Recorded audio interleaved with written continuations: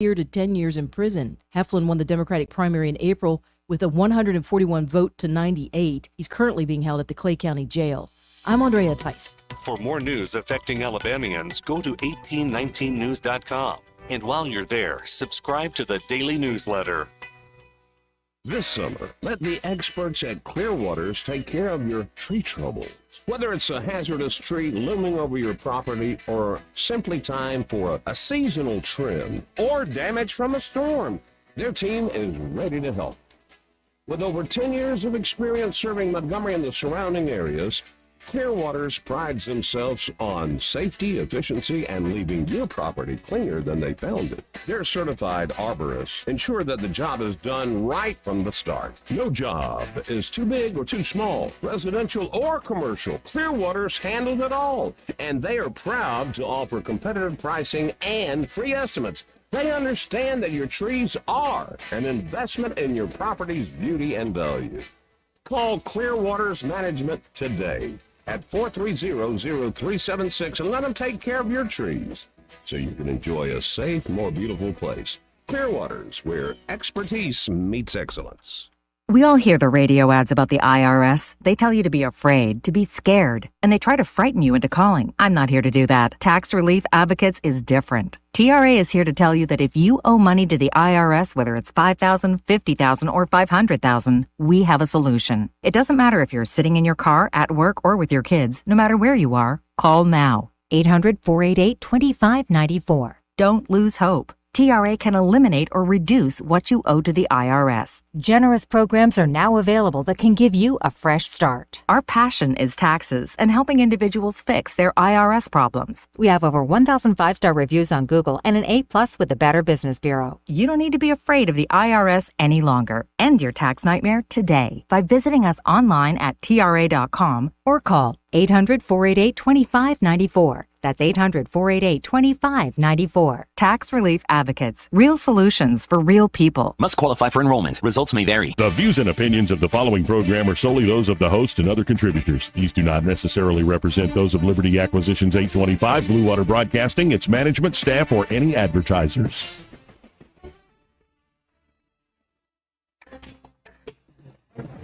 Time for Montgomery's conversational radio show. It's News and Views on News Talk 93.1 FM. To join the conversation, call 272-9228.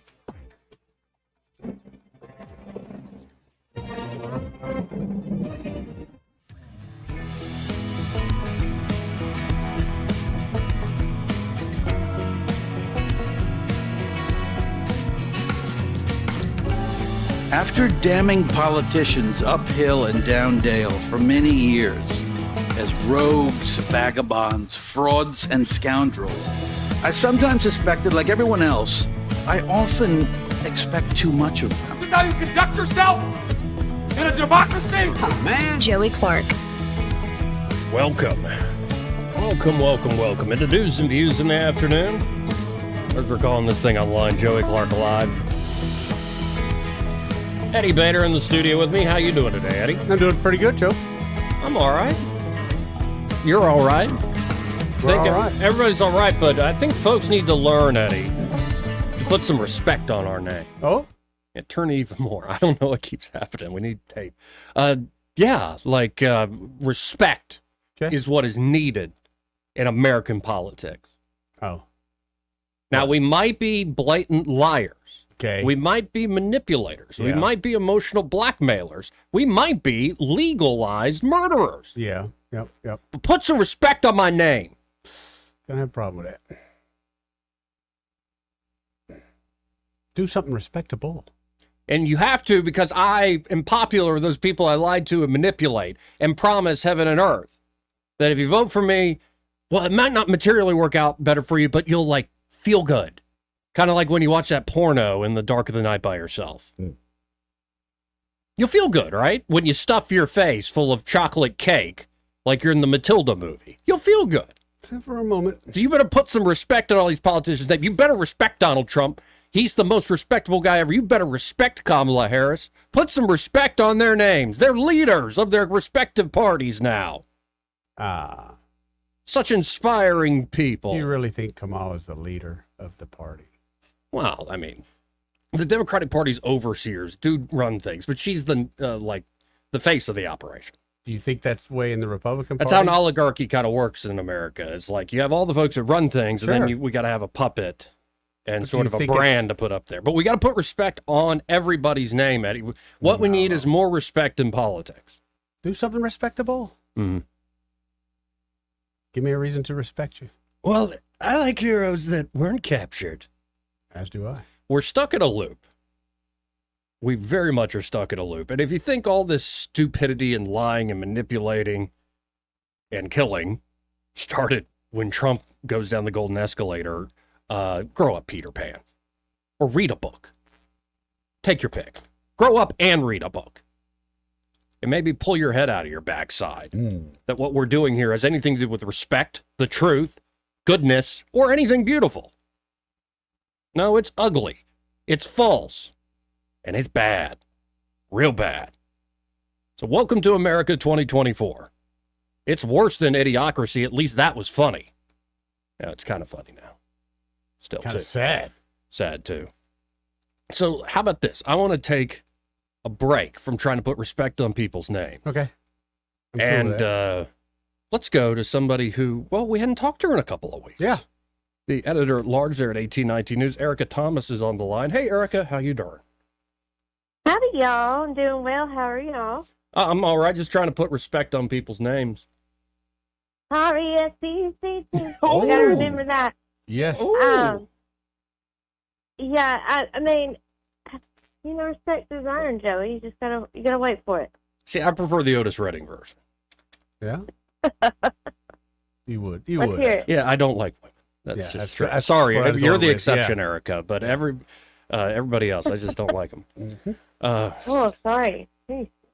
I'm trying to be respectful, but I fail. Bitter party of one. Yeah, thank you, Jack Campbell. So, first off, how you been doing? We hadn't talked in a couple of weeks. I've been doing great. Just been really busy. You know, we changed our time on here, and it got me all confused. And last week, I didn't know if it was Wednesday or Thursday, to be honest. And this week, I'm glad to know it's Thursday, but, you know, that means only one more day left to do a whole bunch of work for 1819 News. Yes, ma'am. Friday Eve, as some might call it. So let's do a little conversation about some of the work you are doing there at 1819news.com. One headline I'm seeing is poultry farmers struggling to make ends meet due to abusive levels of power. What is the story here? Yeah, so we've seen in Alabama, in all of the farming industries, we've seen issues with regulations from the federal government. That is not what this story is about. This story is about the companies that own the chickens in broiler houses across Alabama. So broiler house is when you raise the chicken for meat. We're not talking about layer houses, which is where they lay eggs. So there's just a few companies nationwide that just own the market here. We got 4 companies that control about 65% of the poultry market. And 2 of those, Tyson Foods and Pilgrim's Pride, they control about half the market. And here in Alabama, you're going to see a lot of Pilgrim's Pride farms, a lot of Tyson Foods. And we actually have people now coming forward and talking about how these companies are basically using them as sharecroppers. And they allege that these companies have been abusive. Now, I would like to hear from Cook Farms, or Cook Foods, which is one of the companies that I have received dozens of complaints on. Because after I did this story, you guys would not believe my email inbox. It was just inundated with email after email. One female farmer said that she was abused to the point where she's considered suicide. So this is very, very serious for them. And I really, really want Cook Foods to reach back out to me to respond to my media inquiries. I feel like it's only fair for them to be able to give a response to this. But so far they have not. So if you hear me, Cook Foods, please check your inbox and let's get to the bottom of what's going on. I know this company has made a lot of changes this summer. For instance, they agreed to get rid of their termination fine, which meant whenever a farmer said, "I don't want to work for you anymore," then they had to pay Cook Farms. And so I know that Cook Farms has agreed to do that. So that's a step in the right direction.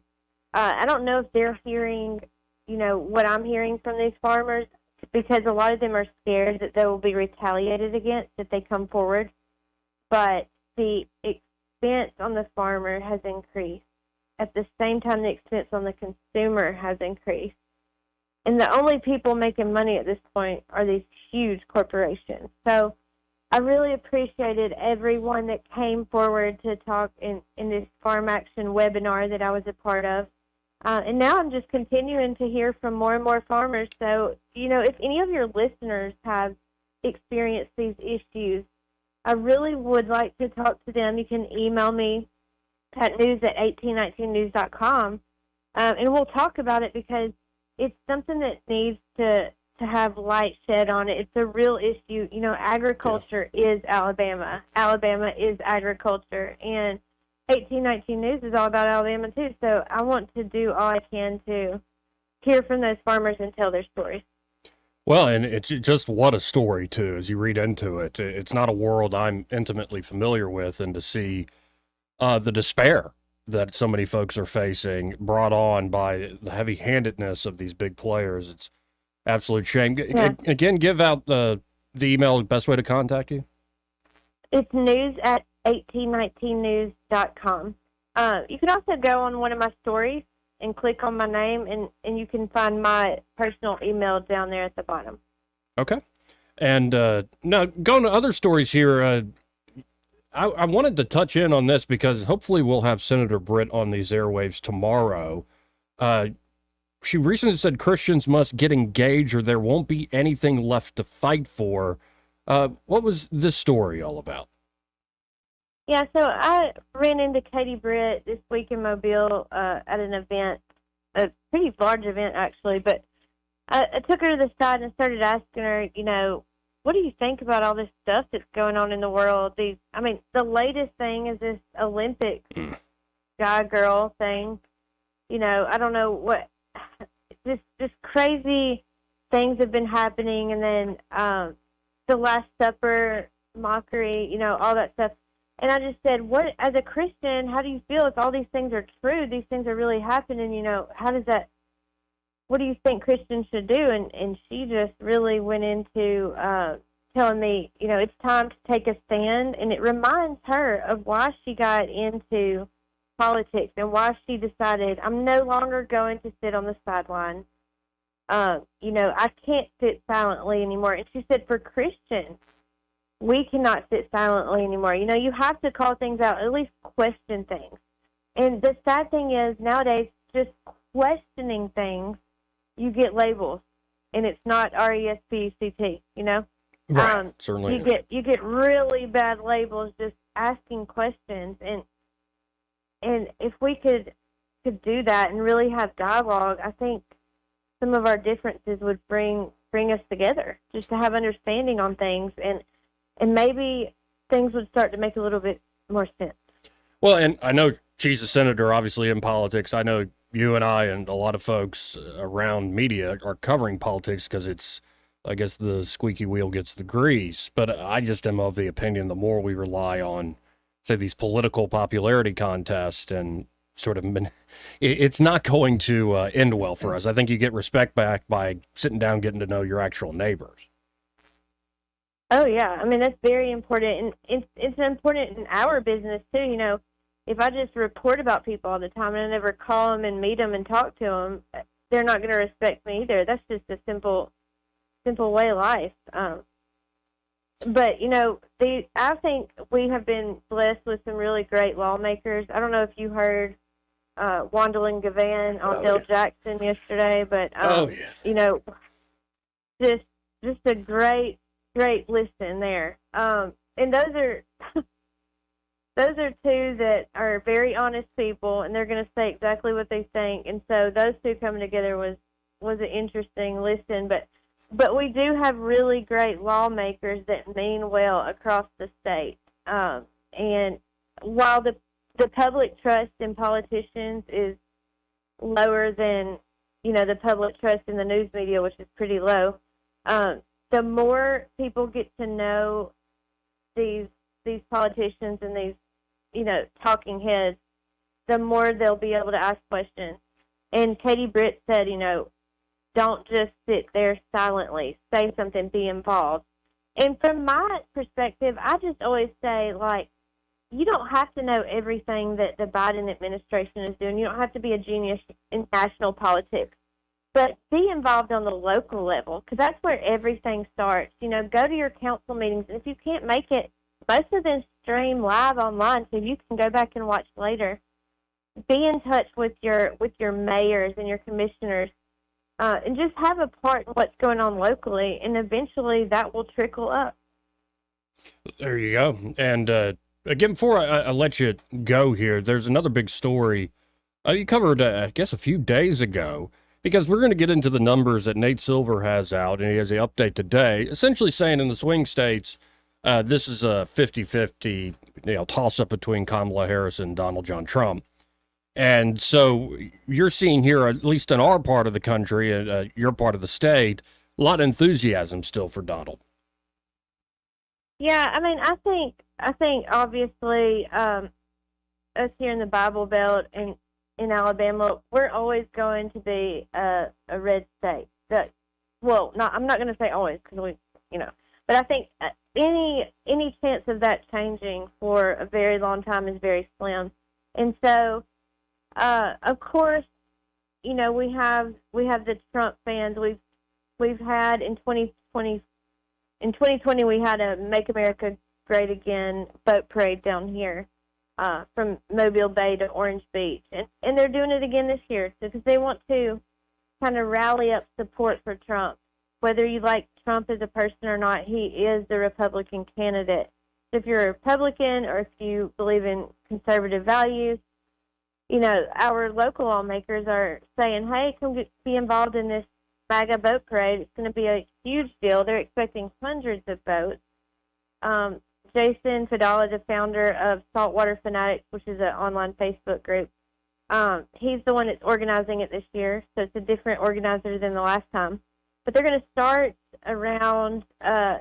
gathering around 10 in the morning Saturday, and then they'll take off at 11. It'll be idle speed the entire way. So we're going to say this is probably going to be a couple-hour boat parade, but if you want to see it from the road, you can just go to Canal Road in Gulf Shores, in Orange Beach, and watch from there. But I think it's interesting just how many people are responding to this on both sides. I've posted this story, and I shared it in different Baldwin County groups and Orange Beach groups, and I got a lot of very polarizing opinions from people that were very angry this is happening, and people that were just gung-ho, so excited, ready to get their boat, out and about. And so I do think we have people, from both sides of this issue here. But I just don't know of any Kamala Harris boat parade. But as soon as I do, we'll definitely let you guys know so that, you guys can also enjoy that. Well, and as soon as you said Canal Road, I was getting memories of actually driving my dad's boat down Canal Road. Yeah. A lot of fun down there. Well, I appreciate the time, Erica, and this will be our new time, I guess, going weekly going forward, and just appreciate you and keep the good work. If folks want to check out what you're doing, what you're working on, how can they do so? Yeah, just go to 1819news.com. Check us out. We're all about Alabama and the people of Alabama. So we've got all these reporters all over the state. We have even more now. So you're going to see stories from all over that really matter to you. Well, again, appreciate it. Talk again soon. Thank you. Bye-bye. And that's Erica Thomas, editor-at-large there at 1819news.com. Though I just find that the more our politics dominates, and it is, it's not like it's going to change. Right. Though I would also say that respect isn't just keeping your mouth shut. Yeah. In fact, if you really love somebody, Eddie, do you just go along with everything they say? Nope. Right. Unless they complain a lot, then you just don't want to hear it. Just let it go. Yeah? Yeah. Okay, I kind of want to pry some more. But... Nope. That's all we can go on that. One day you'll learn. Yeah, but it's sort of this. What drives me nuts is the fakeness of everything. Yeah. The falsity. It's everywhere. And it's like, I deserve respect. It's like, you're not respectable. Right. I deserve your trust. It's like, you're not trustworthy. And I know people fall in love with politicians, like they fall in love with Trump, or they fall in love with the latest new thing, and Kamala, I suppose. Yeah. But I think actually a lot of our politics is not based in a love for somebody. Again, there are people who do love a certain point of view and a person even and stick with it. I think it's more based on a series of petty prejudices and gripes, like little hatreds. You know what I mean? Yeah, I know what It's you're talking like about a there, long-term marriage where all it is built on at a certain point is spite. Yep. And here's the beautiful thing. You can turn that spite into something like, I don't like you, blah, blah, blah, blah. But if somebody actually pushed one of those older couples that are always just kind of sniping at each other, well, why don't y'all get divorced? No. Like, we do this because we know we're in this together. That's their language of love. It's like, oh, I see you again. Yeah. Like that sort of thing. For some people, that literally is the language of love. That's what they speak. And so maybe Americans can get over their feelings or their sense of how dignified we are for this reason or that, because you're not, and start understanding each other for what we are, pockmarks and all. Mm-hmm. But I think what I find the most disrespectful is the faux moral authority that comes from all sorts of different corners. I really do. Like, from the right and the left. Yeah. It's like, we know what's right, and everybody else is wrong. And I'm like, I don't think you even know what right and wrong means. Maybe in your own life, but not in terms of, like, how complicated and complex this world can be. So we'll get into what's making me rant like this in a second. You got to go away early today, yeah, right? here in about a half hour. Yeah, go to the doctor. They're going to refit your helmet. I have no idea what they're doing. I think this is a follow-up to some weight loss I got going on. They're probably amazed how coming into shape I've become. What are you weighing in today? 208. Really? Yeah. That's nuts. It is, because that's 4 or 5 pounds in a day and a half. Yeah. So see, I was 212 this morning. Hit the medical scale and see where we're really at. I was about to say, that's... What, do you got a digital scale at home or Yeah. something? That's a lot in one day. Yeah. I really just think it's a scale, but we'll see. Yeah. Although I have been feeling dehydrated. Well, one thing that, by the way, that I just find ugly and disrespectful. Yeah. Did you see what everybody's talking about with the Olympics right now today? With the boxing? Oh, I saw the story this morning. Did you see the clips? No, because that's got to be awful. It's awful. Thank God they're wearing headgear. Yeah. But it's clear. It's like, that's a man beating the crap out of a woman. Not only have we gone from Selma to sex changes for kids under the banner of civil rights, we've gone from Selma now to men beating up women on the international stage in the name of tolerance and inclusivity. It's just, again, it's sort of a weird perversion of what I think everybody would hope the words tolerance and inclusivity mean. But those words are now loaded. Yeah.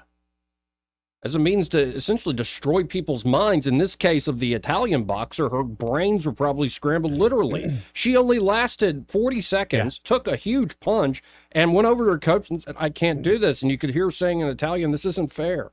I'm glad the world had to watch that, because the entire world has to make a judgment call here.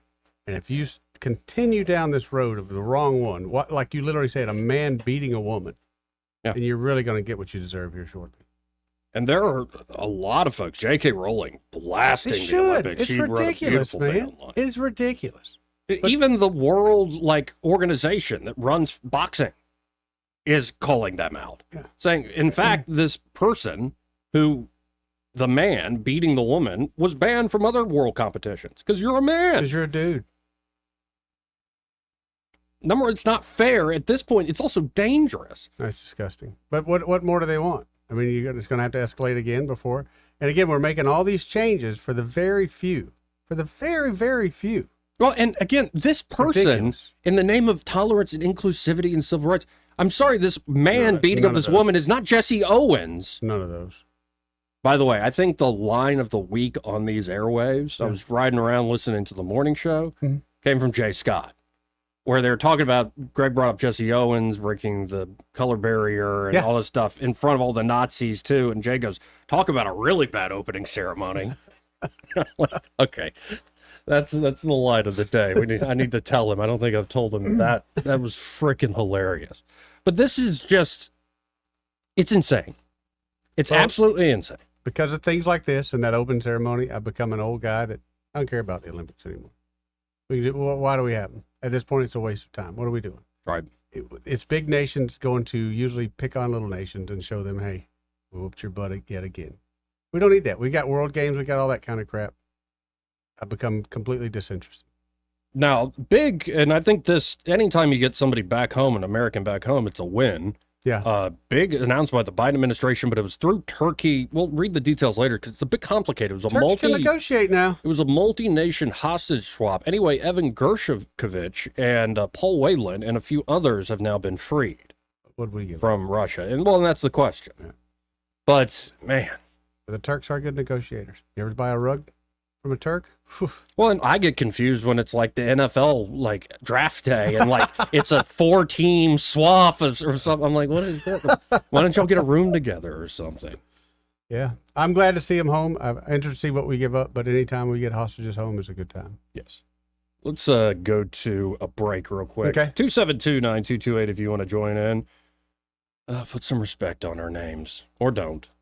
Just be honest with us, and maybe we can find something that's true, beautiful, and good at the end of the day. He may not know whether he's coming or going, but whether you're going to work or coming home, Greg Budell is there. Mornings, 6 till 9, and afternoons, 3 till 6. Only on News Talk 93.1 FM, WACV. This is your roving reporter, and today I am talking with an elk.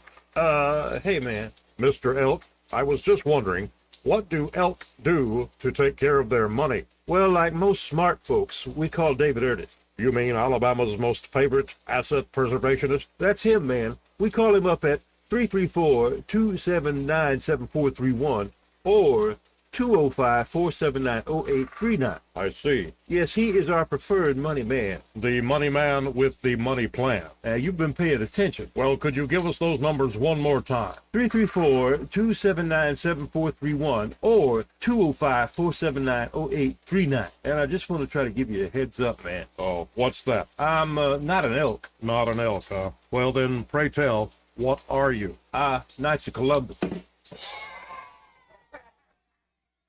I am not even going to make a comment. Well, the baby liked it.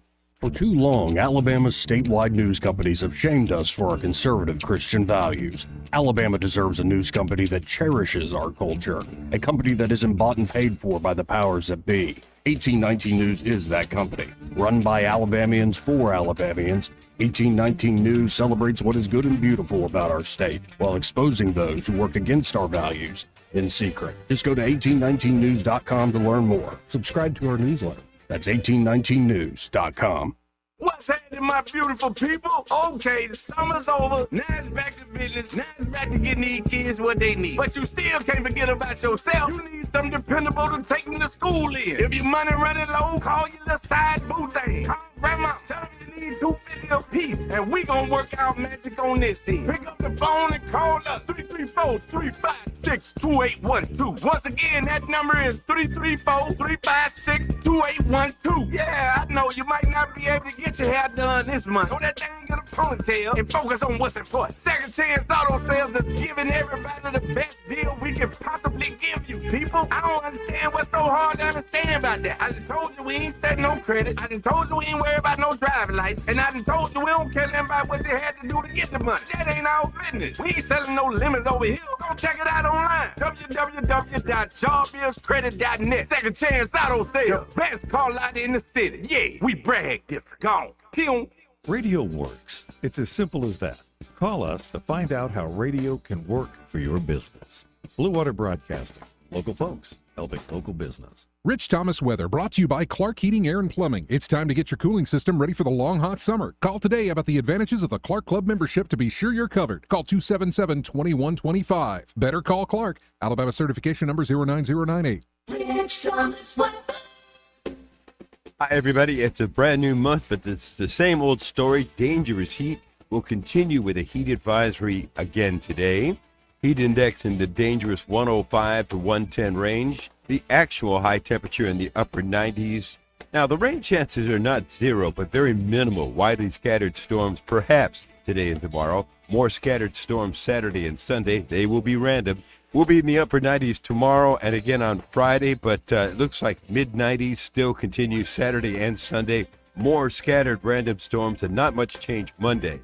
From the Blue Water Weather Center, this is Rich Thomas. For the lowest prices around on flooring and DIY flooring installation supplies, Budget Floors and More is your new best friend. Luxury vinyl plank, carpet, ceramic tile, floor installation supplies, and more with prices lower than the big box stores. Budget Floors and More, Hunter Lane across from Del Rey to Publix. We get Montgomery talking 24 hours a day. The River Region's most trusted voice. News Talk 93.1 FM, WACV.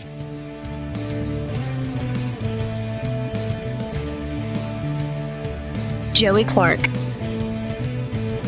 Welcome back to News and Views in the afternoon.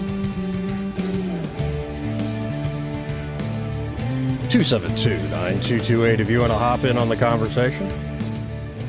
This is part of the program brought to you by James Cole and Cole Plumbing. And there at Cole Plumbing, James and the team are ready to help you with any and all of your plumbing problems. Could be you're just looking to upgrade. Say the tankless water heater system or maybe a taller toilet. Yeah. If your knees and hips are starting to give out as you're getting older, you don't want to be a chore to do your business. Right. Well, they can help you install something like that. Or maybe you're just looking to upgrade to like a fancy thing, like a bidet or a Japanese toilet or whatnot. Yeah. Save the trees. That's what I'm saying. And your butt will be happy, too, at the same time. Certainly will be. But also they can help with everyday plumbing problems like clogged drain, low water pressure. Maybe you're in an older home with big trees. As those trees get taller, the root networks also tend to grow out. Yes, they do, Joey. So tree root invasion could cause a big issue that, say the water bill keeps going up. Can't figure out why. The pressure's off. Yeah, you can't really figure out what the heck's going on. Call up Cole Plumbing. Yep. And of course, they also have proprietary pipelining technology that allows them with minimal discomfort to you and your home to get in there and solve the problem without tearing out a bunch of drywall to find the leak, fix the leak, or dig up a huge hole in your yard. They can do it again with precision and expertise. So check out Cole Plumbing today. You can always go to coleplumbing.com or give them a call at 279-8919. That's 279-8919. And just remember, folks, when you have trouble with your bowl, call on Cole, Joey. I do have to say, there's a little bit, I don't really get too rah-rah about stuff. Yeah. You know me? Yeah. Where I'm like, do you see me flying a Trump flag? No. Wearing a Trump hat? No. I guess the most closest I get to rah-rah pride would be like Auburn. I was going to say football. I see you there. Occasionally, or Tampa just Bay. just being it's not football. It's not like I'm a Bammer. I actually graduated from Auburn. Oh, good Lord. Here we go. Put some respect on my name. But Tampa Bay?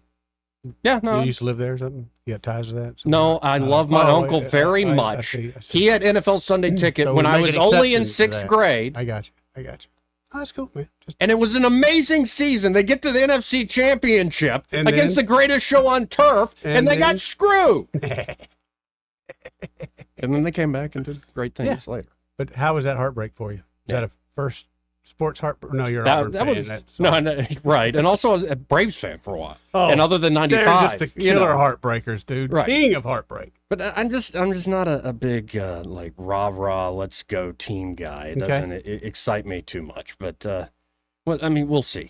But you're wearing a USA hat. I'm We're doing trying. the I'm Olympics. trying. I'm full of contradictions today. Shut up while you're talking to me. Simpler days. How you doing? Doing pretty good. Well, gentlemen, I guess all the old norms that we used to take for granted are falling by the wayside. So it's okay now for a man to hit a woman, is it? Apparently in an Olympic boxing ring. Well, when little minds of mush, when young males are watching this and someone doesn't set the parameters, and well, it's okay for a man to hit a woman. And is it okay at the Olympic bar and they get into an argument, is it okay? When I used to train police officers, I'd ask them, I'd say, is there any time that it's okay for a man to hit a woman? And every now and then I'd get, a crazy answer like, well, she got my last beer, or something like that. But, we just accepted these norms, and they're going away. I just can't imagine where they would put that out in front. And it's okay if you're, your age or Eddie's age or my age, and we can differ. But they're young, impressionable minds that are watching that. And now we're saying it's okay for a man to beat a woman down. Mm. Yeah, and it's just awful to watch. Like, you see the clip of the punch. It's clearly a man. Like, just the speed, the force of it. And then you see the Italian female, the boxer there, and she's just devastated. It's not, oh, I lost. It's more like, this is not, you set me up for failure. Thank you, Olympic Committee. Just like if I signed up to fight Mike Tyson. Right. There are a lot of memes, by the way, of Mike becoming like Michelle and joining women's Olympic boxing. It's funny you say that. I did see a weightlifter competition, and that's what happened. A guy saw that there was a guy that had been, cleaning up because he's a man, basically, and so he joined just to beat him. Absolutely insane. Well, as I said, gentlemen, things are changing rapidly. I took my wife's car into the tire shop the other day to get tires put on it.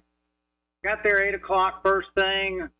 Went and sat down, handed the keys to the manager, and about 10 minutes later, he comes walking back and says, "We got a problem." And I said, "Oh crap! They backed it off the rack. They caught a corner of the building with it. She's going to kill me." And he said, "Come here with me." We walk around there, and there's 4 males, all in their 20s, maybe one 30-year-old, and they're standing around, looking around. One's got his phone, looking on it. And I said, "What's the problem?" He said, "None of my guys know how to drive a manual transmission." Yeah. I said, "You're running a tire shop, and you got 4 able-bodied males in their 20s, and they don't know how to drive a manual transmission?" Well, sir, they're able-bodied, but they're addle-brained. Well, one guy on his phone was probably Googling it. So yeah, he was. He was, and I think the others were waiting for a response. Are you pushing the clutch? Right. And I told him as I pulled it out, I said, "This is not a Game Boy switch." Right. Oh, goodness gracious. Well, that's where we are in the world today. Have a good day, gentlemen. Appreciate it. Man, he was reminding me of, remember that Sean Connery interview with Barbara Walters? Oh, yes. Yeah. Well, she keeps doing it. It's like, maybe she likes it. And it's become something else. It's like, woo. Right. Woo. Old school, baby. How about real quick before we go to another call, a quick civics lesson? Okay. I was reminded of this this morning. I saw a big person on Twitter sharing this. Let's listen in together. This is a great lesson in democracy. All right. Because democracy basically means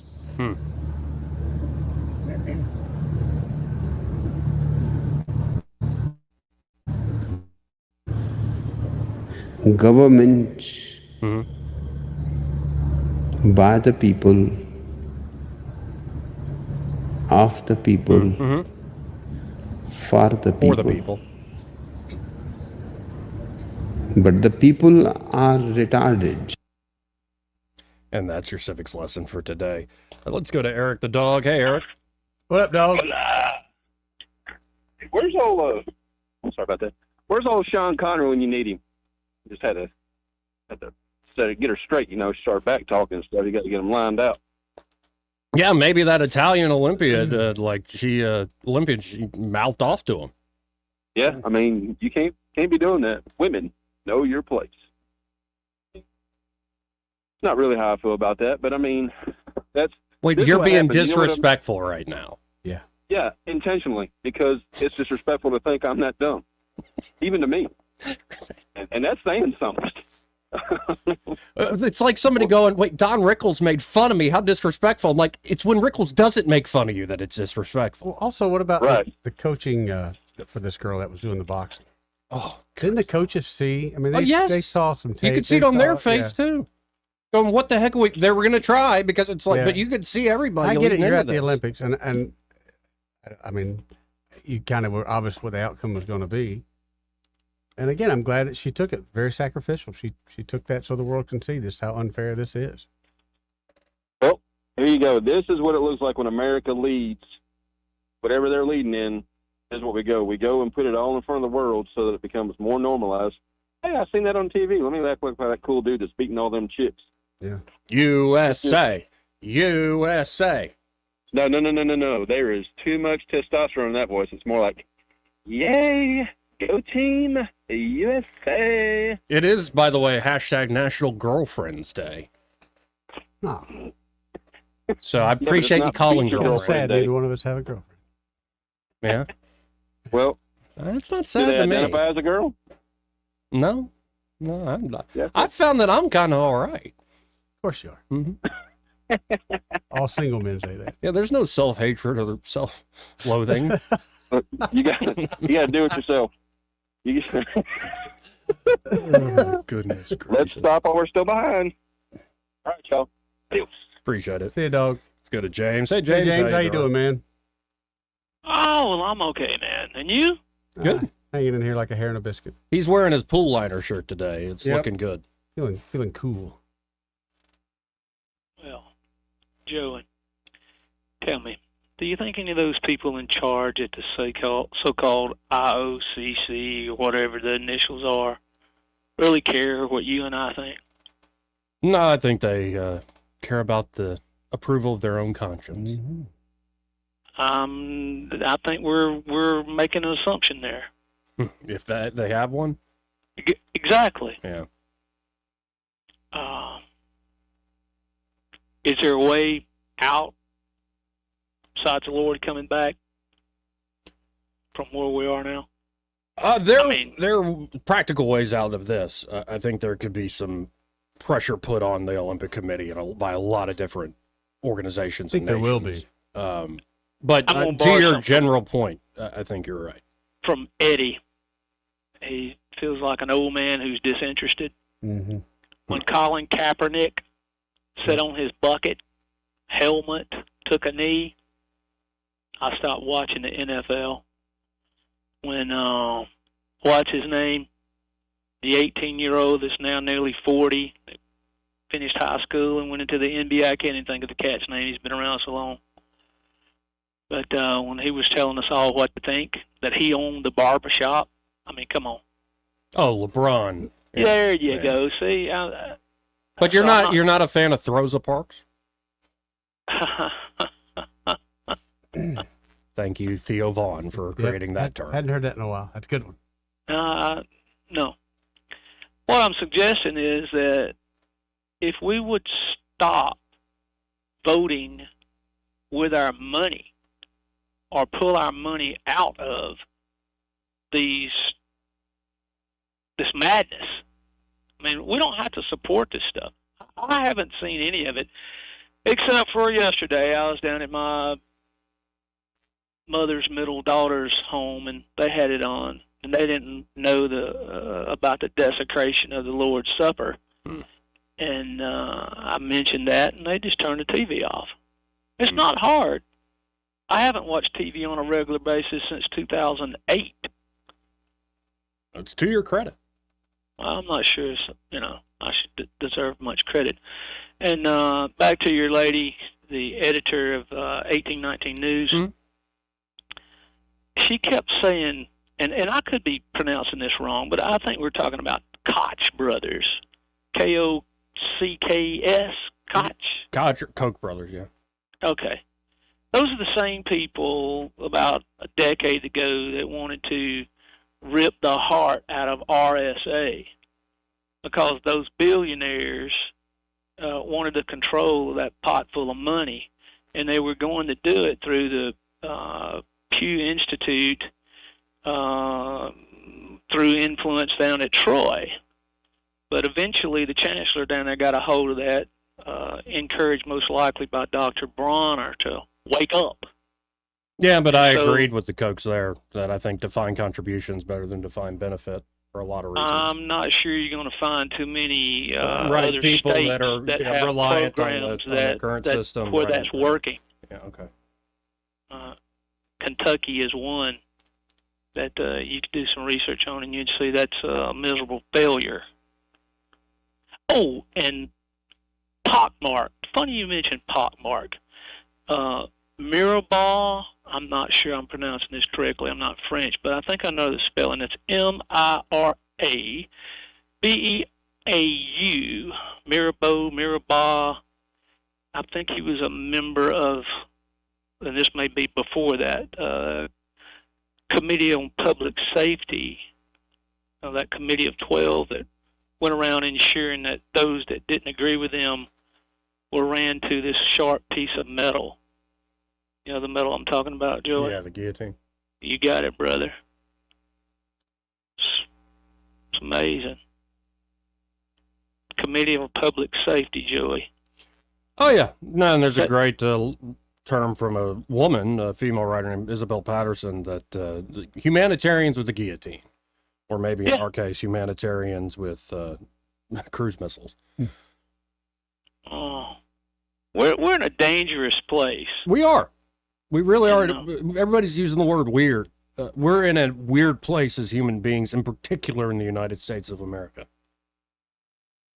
Even the folks who mean well, we're all kind of caught up in something. Right. But when we have a Supreme Court justice who can't define what a woman is,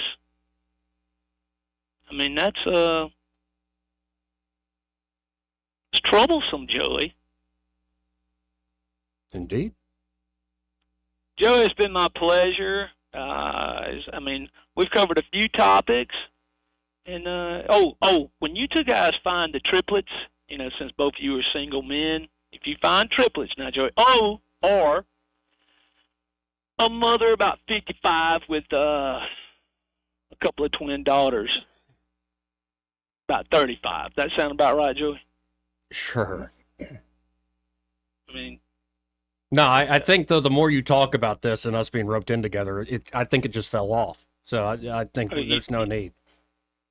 No need for what? It just fell off. Just the idea of all of us working together on that front. I appreciate it, Jay. My bad, brother. No, it's all okay. right. Well, I'm gonna get off the phone with my feelings hurt, Joey, but I'll get over it, baby. Put some all right? respect on my name. Thank you, Okay. James. Ta-ta. Seriously, it just fell off. Hopefully I can put it back on. Yep, there, it's back. All right. You got Velcro? Hmm? You got Velcro? Yeah, but the silent kind. Silent but deadly. Let's hit this break. We'll be right back. Want to carry News Talk in your pocket? Download the News Talk 93.1 app from the App Store. Available on iPhone and Android. Never miss a moment. Download now. Hi there, I'm Kim Williams with Alabama Home Mortgage. For years, I've been asking you to call me at Alabama Home Mortgage because there is a difference in mortgage companies. Did you know the current national average turn time to close on a mortgage is 48 business days? But not at Alabama Home Mortgage. At Alabama Home Mortgage, our average close time is 16 business days. That's a month faster than the rest. How do we do it? With over 60 years of combined experience in the industry. Our team knows mortgages. Our years of experience yield a better experience for our customers. Folks, time is money. Whether you're looking to buy or refi, don't waste time with another mortgage company, bank, or credit union. We close on time, every time. Give Alabama Home Mortgage a call at 567-4223. That's 567-4223. Or visit us online at myalabamahomemortgage.com to complete an application on your time. Our fast turn time is just one difference that sets us apart from the rest. It's not just a slogan. Call Alabama Home Mortgage because there is a difference in mortgage companies. NMLS 1586368, Equal Housing Lender. Hello, everyone. Robbie Pelt with Capital City Roofing. If you think about it, your home is your biggest investment in life. Your roof covers your home, so why jeopardize your biggest investment on a roofer you don't know anything about when you can deal with a reputable roofing company like Capital City Roofing? We have an A+ Better business rating and the best manufacturers and workmanship warranties available. We do all residential and commercial roofing applications that are certified through the manufacturer to ensure you get the best material and workmanship money can buy. We also have your project in our best interest before and after construction has been done. Don't hesitate to call us if you have any roofing issues or questions. We will match any of our competitors' price and give you the same great workmanship warranty. We also give free estimates. Give us a call today and let us show you the difference. 277-3311. That's 277-3311. Or you can check us out on the web at www.capitalcityroofing.com. Capital City Roofing. We capitalize the roofing industry. If it concerns your community, you'll hear about it on News Talk 93.1. News Talk 93.1 FM WACV.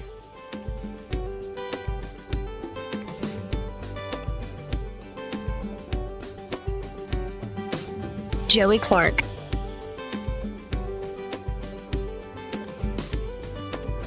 Welcome back to News and Views in the afternoon.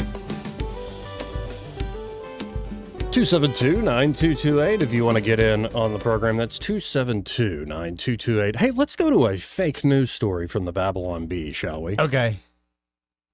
Now, there's plenty of like political ones about the Olympics, but this is the news story from the Babylon Bee today that really caught my eye. The headline reads, "Well, crap," says fatted calf after seeing father forgive prodigal son.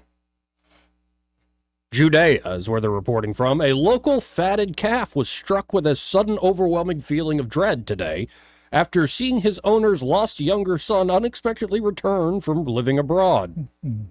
According to other villagers, the son had left the father's household some time ago after demanding his portion of the inheritance early. Though the son had long been regarded as lost to the family, his father was overjoyed by his surprise return, much to the chagrin of the fatted calf. "Well, crap," the calf was heard muttering as the father ran out to meet his returning son. "I thought things were going pretty well. They kept giving me plenty of food to eat, almost as though they wanted me to grow plump and juicy for some unknown reason. Now this guy comes waltzing back into the picture. I can't put my finger on it, but I suddenly have this sinking feeling, like maybe this is really bad news for me in some way." Word quickly spread throughout the household that a huge impromptu party was being planned. "Yeah, I heard about the party we're supposed to be throwing tonight," the calf said. "Seems like it's going to be a pretty big deal. From what I can tell, they're really going all out to celebrate the kid's return. I still haven't heard any word on what the main course is going to be for dinner, though."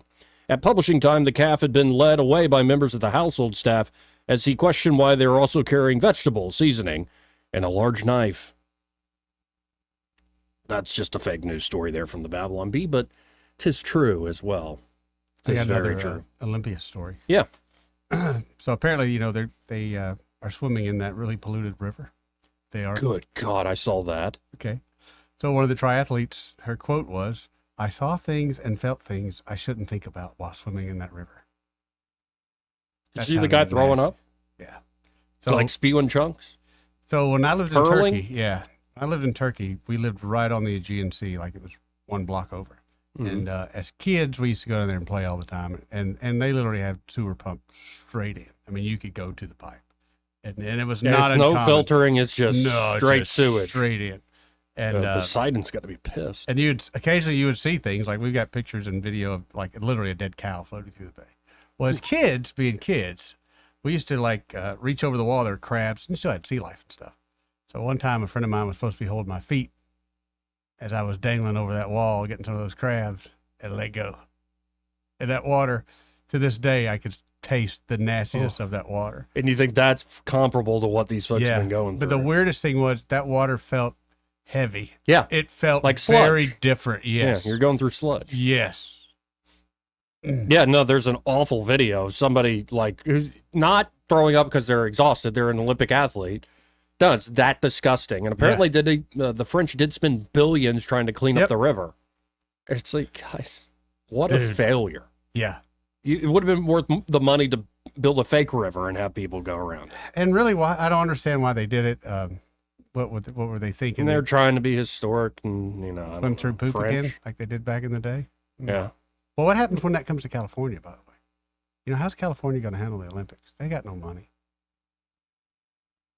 What do you mean they got no money?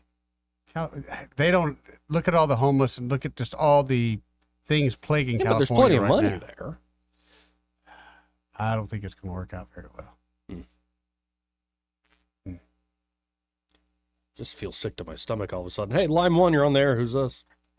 Red Top. Hey, Good Red Top. afternoon, Jim. Hey, Red Top. Eddie, has this rain helped the water quality in Lake Jordan? Yeah, water quality there is good. Well, I mean, at the beginning of the summer, you were not supposed to eat any fish out of Lake Jordan. I don't remember that at all. We Oh, you don't remember that? I even announced it on this show. Well, sometimes remember that we at all. forget things you say. Yeah, we have lake keepers that put out a monthly report, and the last monthly report I saw, there was a little bit of E. coli at the very point of the dam where the dam meets the river, but that's it. And that's probably normal, isn't it? Yeah. I guess y'all are using so much Roundup out there that the bacteria can't survive anymore. I don't think that's the case. It's usually just low water flow. O2 is the count. They haven't been able to swim in the Seine for 100 years, so I don't know whose damn bright idea to think they could clean it up just for the Olympics. Green Party deal. Yes, and why don't they just go ahead and hold it in the canals in Venice if they want it to be done? If they hold it in Italy, that's what they'll do next time. That's just plain stupid. And then Prince has done a bunch of stupid damn stuff this time, haven't they? Oh yeah, there have been great moments. Like that's what I meant by like rah Suni Lee, like seeing the War Eagle stuff and her being that's great. But there were, and also the shooting, like the memes coming out of all the folks doing all the shooting competitions. Oh yeah, are that one just Turk's a fantastic. badass. That one dude, yeah. But then there have Stands been up. these just really awful moments. Of course, the male boxing females, but this throwing up after getting out of the river is just gross. Oh, yeah. That should not be allowed, period. So, the IOC is just a messed up group. And doesn't L.A. have the Olympics coming up? Next summer Olympics? Mm-hmm. Oh, well, I guess the Last Supper is just a warm-up for what we're going to see in Los Angeles.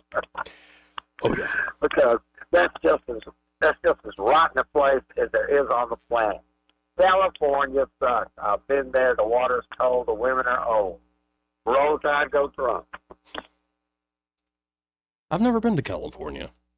I not missing. I had an opportunity. My dad was working out there in Santa Monica in some big hospital for a few years, but I just never made the journey out there.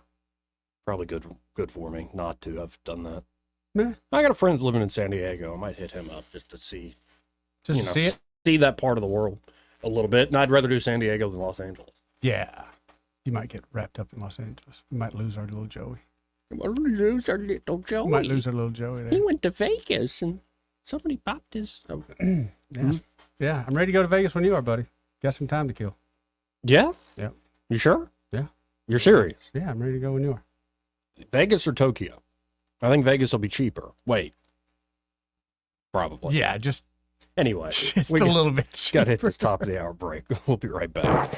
Broadcasting from the Riverside Chevrolet Master Control Center, this is WACV Cusana, News Talk 93.1 FM. When it's Chevy, it's Riverside. With SRN News, I'm John Scott. President Biden has praised the prisoner swap with Russia. Moscow has released journalist Evan Gerskovich and fellow American Paul Whelan in a deal that set some 24 people free. The Israeli military has confirmed that the head of Hamas's military wing, Mohammed Daif, was killed in an airstrike in Gaza in July. The announcement comes a day after the assassination of Hamas's political chief at an airstrike in Iran. The number of Americans filing for unemployment benefits jumped to its highest level in a year last week, even as the labor market remains broadly healthy. Jobless claims climbed by 14,000 to 249,000, according to the Labor Department.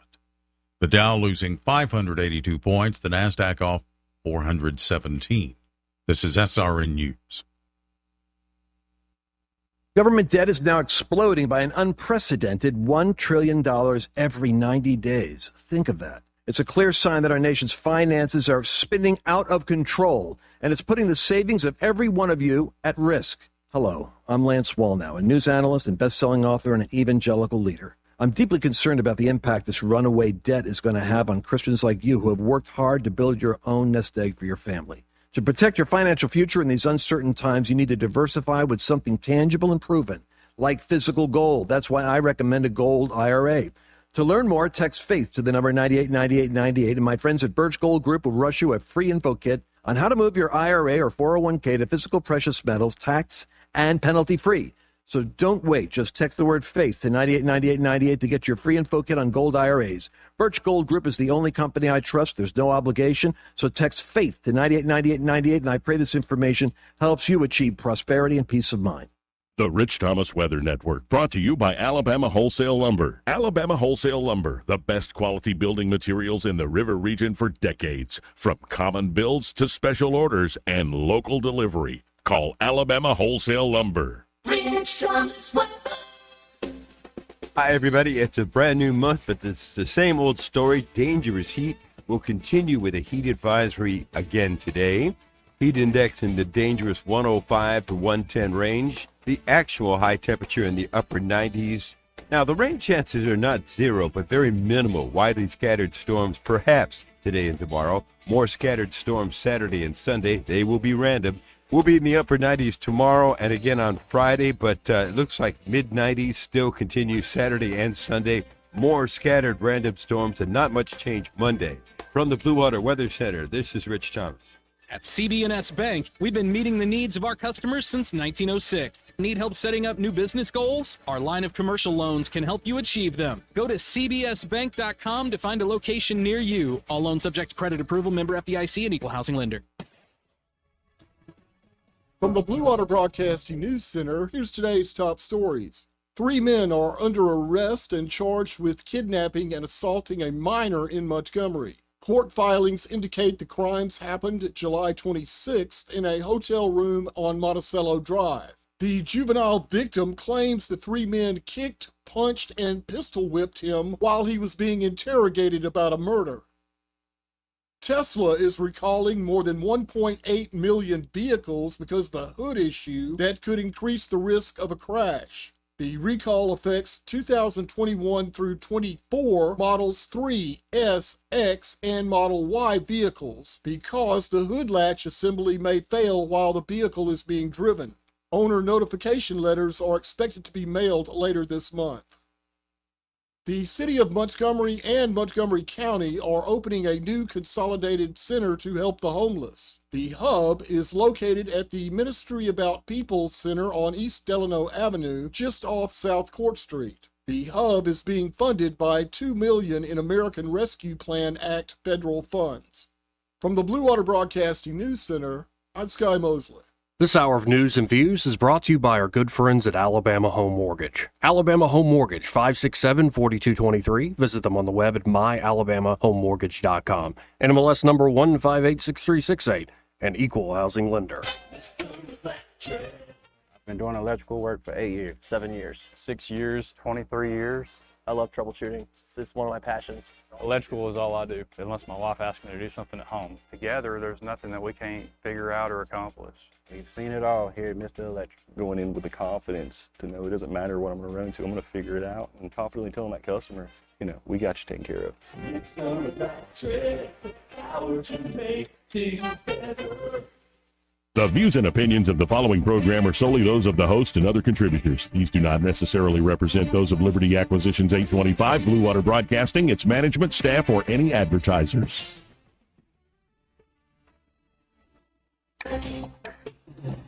It's time for Montgomery's conversational radio show. It's news and views on News Talk 93.1 FM.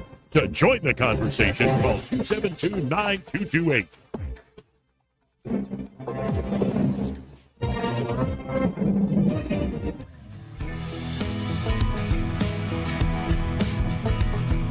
Hey, miss, I don't mean to be telling tales out of school, but there's a fella in there who'll pay you $10 if you sing into his pan. I'm not here to make a record, you dumb cracker. They broadcast me out on the radio. I got worms. Joey Clark. Welcome back to News and Views in the afternoon. As we call this thing online, Joey Clark Live. Eddie's still here, but you got to leave soon, right? Yeah, a couple minutes, man. So let's talk about a sponsor together. All right, shall we? Smokehouse Pit Barbecue. When are we going to go for breakfast? I'm ready to go. You want to go tomorrow? I can do tomorrow. I can do tomorrow. What do you think would be a good time? 9? Between 8 and 9. Between 8 and 9? Yeah. I want to get a workout in, though. What time's your workout? I can do, I get there at 7:30, get out of there by 8:15. Lord. I can do 7:30. 7:30 in the morning? Yeah. No, let's do like 9:30. Oh, good Lord. When we do lunch? All right, I can do 9:30. Changing everything around. You can do 9:30 because I want to go.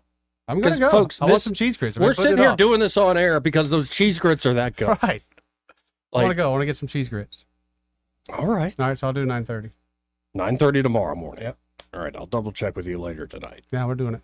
But we're not doing the Fat Boy breakfast No. tomorrow. But it is calling my name. Like that huge sampler with the big pancake and all the breakfast meats. More like they a have. challenge, man. Yeah, it sounds great. Folks, you got to get by Smokehouse Pit Barbecue. Of course, they have great barbecue dishes for lunch and dinner. And it's a great place, say, on a Friday night with live Yes. entertainment, open bar, great atmosphere there, Main Street in Millbrook. But you got to get by for the true destination that is their breakfast. Like, it is calling our name right now. Mhm. It should be calling yours. It is that good. Fresh, custom-made biscuits, whatever you want on it, Some breakfast bacon on there. sandwiches. Some sausage. I did Kaneka with American cheese last Oh, that's pretty good, Joey. That's pretty awesome. That is pretty good. But the bacon is fantastic. And I might got a side of bacon, too. Of course. Right, because the bacon is that Good good. and crispy. You can even get like a bologna, fried bologna. Ooh, that's good in country right there. It's tasty. Sometimes you're in the mood for that sort of thing. I love having them as a sponsor because they're that good, folks. Brand new ownership, have the original recipes That's back. right. So check out Smokehouse Pit Barbecue. Stop by there for lunch, late lunch right now, dinner tonight, or join us for breakfast. We'll be there at 9:30. That's right. That's right. It's, again, Main Street there in Millbrook.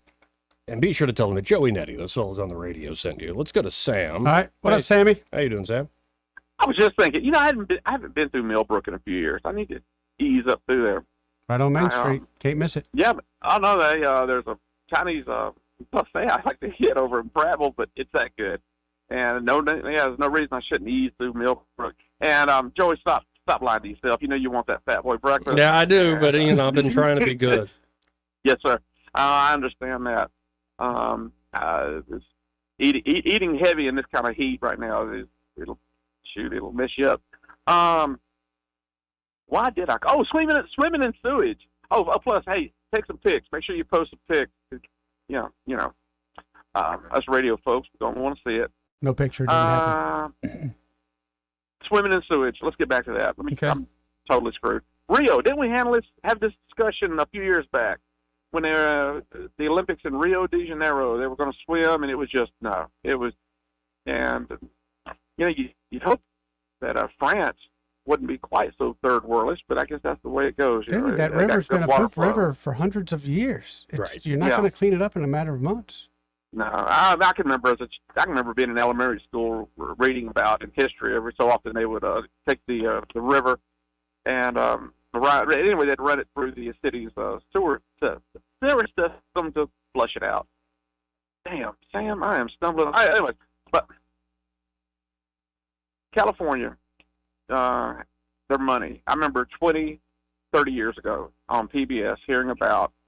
They were reporting then it was already a problem with people that had their state job. They would retire for 20 years. They would go bad back. It was an industry. Yep. And that California, they have a load of people. It's not just me saying this. They have a lot of, what did the automobile industry call it? Resist. Anyway, they have a lot of costs waiting for them down the road, and there's a word for it. Where's Joey? Is he still on the line? Yeah. Yeah.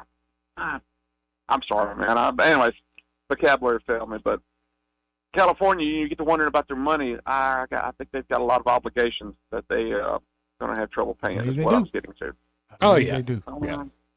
Yeah, man. Like I said, y'all sound great and enjoying the show. Appreciate That's it, all I Sam. got, man. Good to hear your voice. Yeah, Sam. See you, Sammy. I'm slowly getting better. Stop Talk to y'all swimming later. in that sewage. Yeah.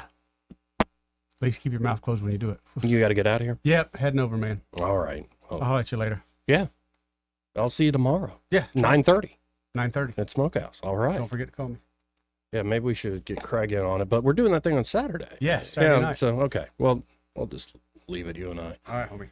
So, folks, as I mentioned earlier, there's a great statistician. He's now independent. Nate Silver, predicting his first election model since Harris became the presumptive Democratic nominee. And of course, he has an update for today as more and more polls keep coming out. Again, you got to keep in mind in the back of your mind, whether it's showing Trump or Harris up and leading, that the polls condition the polls. A lot of these polls aren't meant to give you an accurate portrayal of the trends. They're meant to sway you in a lot of ways, creating stories about momentum and trends, creating stories about people want to join on the bandwagon effect. They want to join with a winner or presumed winner. But this is why I appreciate what Nate Silver does, because he is able to look through a lot of the different polls. And, he's been wrong before, say in 2016, but the whole world seemed to be wrong about Trump's win at that time. But here's the update from 12:15 this afternoon.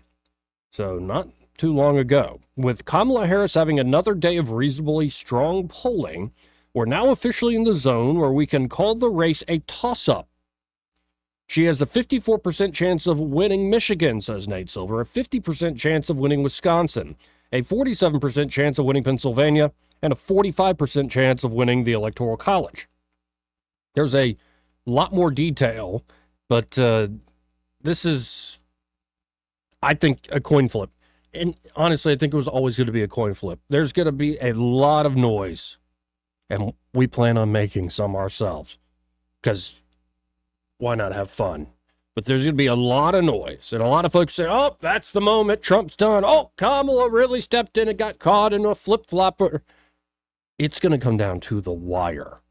I would love to see a debate between these two. I think that can crystallize the point of view of a lot of Americans when they actually see them in the same place on the same stage. But you're starting to see that this is converging to where it's essentially a toss-up. Now, that said, Victor Davis Hanson has a fascinating new piece on, the strategy being employed by Harris, but more so the bosses that run the Democratic Party. The headline is, Harris is recycling the 2020 Democrat campaign. Writes Victor Davis Hanson, Joe Biden won the 2020 presidential election through a successful tripartite subterfuge. Fancy. 1, Biden never really campaigned. His handlers rightly assumed that the more the public and the media saw a debilitated Biden in the flesh, the less they would want him as president. So the Biden campaign used the COVID lockdowns to ensure that Biden stayed safe in his basement office. Biden strategically distanced himself from disinterested journalists, using COVID as an excuse to avoid public appearances. It allowed him to run a 19th century front porch sort of virtual campaign. In his place, the liberal media, Democratic grandees, and the billionaire donor class served as Biden campaign surrogates, vastly outspending, out-advertising, and out-lawyering the underfunded incumbent Trump. Second, again using COVID as a pretext, well-funded Democratic legal teams altered the voting laws during early 2020 in key swing states to encourage non-election day voting. For the first time, majorities in many key states voted by mail-in/absentee ballots, and during weeks of early voting. We now know why the left was so motivated to push through radical balloting changes that were otherwise impossible prior to 2020, but have been mostly institutionalized since. Non-election day ballots outnumbered election day ballots. They were far more likely to be cast by Democrats. And as the number of such ballots soared, the traditional rejection rate of non-election day ballots prior to 2020 fell, even as registrars were swamped. Once obscure terms such as ballot harvesting and ballot curing became mainstream. Ballot deadlines were extended. There was lax enforcement of incorrect ballot names and addresses or auditing the registrar's rolls. Rich liberal entities such as Mark Zuckerberg and his $419 million in 2020 cash infusions sought to absorb the work of state registrars. His aim was to improve voter turnout through partisan assistance, from funding drop boxes to monitoring non-election day ballots. 3, in 2020, the inveterate left-wing Joe Biden was reconstructed as a vigorous moderate of old Joe Biden from Scranton. Biden's stealth script was to provide a temperate veneer to the new hard-left Democratic Party. His 2020 campaign claimed Joe was for unity and moderation, even as it camouflaged an otherwise extremist neo-socialist agenda to be implemented after November. Can the Democrats repeat that winning formula for Kamala Harris in 2024? Only partly, writes Victor Davis Hanson. Even without the excuse of COVID, Harris certainly will not agree to unscripted ad hoc interviews with nonpartisan journalists. She is unable to speak extemporaneously and off the teleprompter without appearing childish. Her handlers will ensure few opportunities for Harris to burst into cackling or to stream her puerile musings about yellow school buses or kindergarten geography. Yet the third element of Biden's 2020 strategy will be difficult to replicate. The Bay Area leftist Harris, unlike the Biden of the 1980s and 1990s, never had any reputation, feigned or not, of being a quote-unquote centrist or moderate. Her entire political career was one of pandering either to leftist Democrat voters in 2020 or to ultra-liberal Californians in her statewide races. She is on record of opposing fracking and of offshore drilling, private health care, border enforcement, and the traditional close U.S. relationship with Israel. She proudly promoted the radical New Green Deal, defunding police forces, mandatory buybacks of private guns, and mass amnesties. She gratuitously championed the swindler Jussie Smollett, or is it Jussie Smollett? I forget, and his fraudulent claims of being a victim of systemic racism. During the horrendous riots of 2020, she sought to raise bail for violent rioters and looters that had been arrested. On CBS, she egged on the 2020 protests that had already turned violent with deaths, law enforcement injuries, arson, and mass looting, despite the pathetic efforts of partisan fact-checkers to claim otherwise. Harris gushed of the turmoil, quote, "They're not going to stop. This is a movement, I'm telling you. They're not going to stop. And everyone beware, because they're not going to stop. They're not going to stop before Election Day in November, and they're not going to stop after Election Day. They're not going to let up, and they should not, and we should not." What did Harris mean by beware? Was the BLM and Antifa-led mayhem really just a quote-unquote movement? Why boast that the turmoil might be endless, both before and after Election Day? And why connect the massive disruptions to the upcoming Election Day unless she believes that unrest in the streets could weaken the election chances of then incumbent president? In sum, Harris, like Biden, is certainly capable of running a remote stealth campaign. She will surely take advantage of 2020's revolution in non-election day balloting. Yet, unlike Biden, Harris has no credible moderate veneer, only an unapologetic radical past and a corpus of hard left boasts. So 2024 will hinge on whether Republicans will expose Harris's lifelong hard left ideology and extremist agendas. She is a poor substitute for the successful bait-and-switch 2020 con of old Joe Biden, the fake moderate uniter from Scranton. Indeed, there's a few folks on the right saying, time to reset things for ourselves. Obviously not ousting Trump as the nominee, obviously not. But refocusing on what we're actually going to be all about. And one guy sharing his opinion recently, Vivek Ramaswamy. Let's listen in. This is the guy I voted for in the primaries because I like not only his youth and energy, I like the vision. I think we have too many folks that manage the problems of this country that are willing to defend untrustworthy and failing institutions that have worn out their welcome, that either need to be abolished or restructured. And indeed, we need something to inspire Americans that doesn't pull us back down into the gutter, which is where we currently reside. And I think the blame is on all sorts of different folks for that. All different sides. You know, fine people on both sides, but also just nasty people on both sides too. So here's Vivek saying the hard truth is we need a massive reset right now. I do believe that we need a bit of a reset in this campaign. If we're being honest and being clear-eyed, I think the reality is Kamala's new de facto nomination, coronation, whatever you want to call it, after the Republican convention was a bit of a shock that caught a lot of Republicans by blindside. And the reality is we now have to take a big step back and say, we're going to offer our own vision of what we stand for. I think the attacks on Kamala alone are not going to be enough. We're already seeing that over the last week. I think we have to stand for our own alternative vision, that we believe in merit. The reason that we're critical of identity politics isn't because we're against the Democrats. It's because we stand for meritocracy, and that's part of who we are as Americans.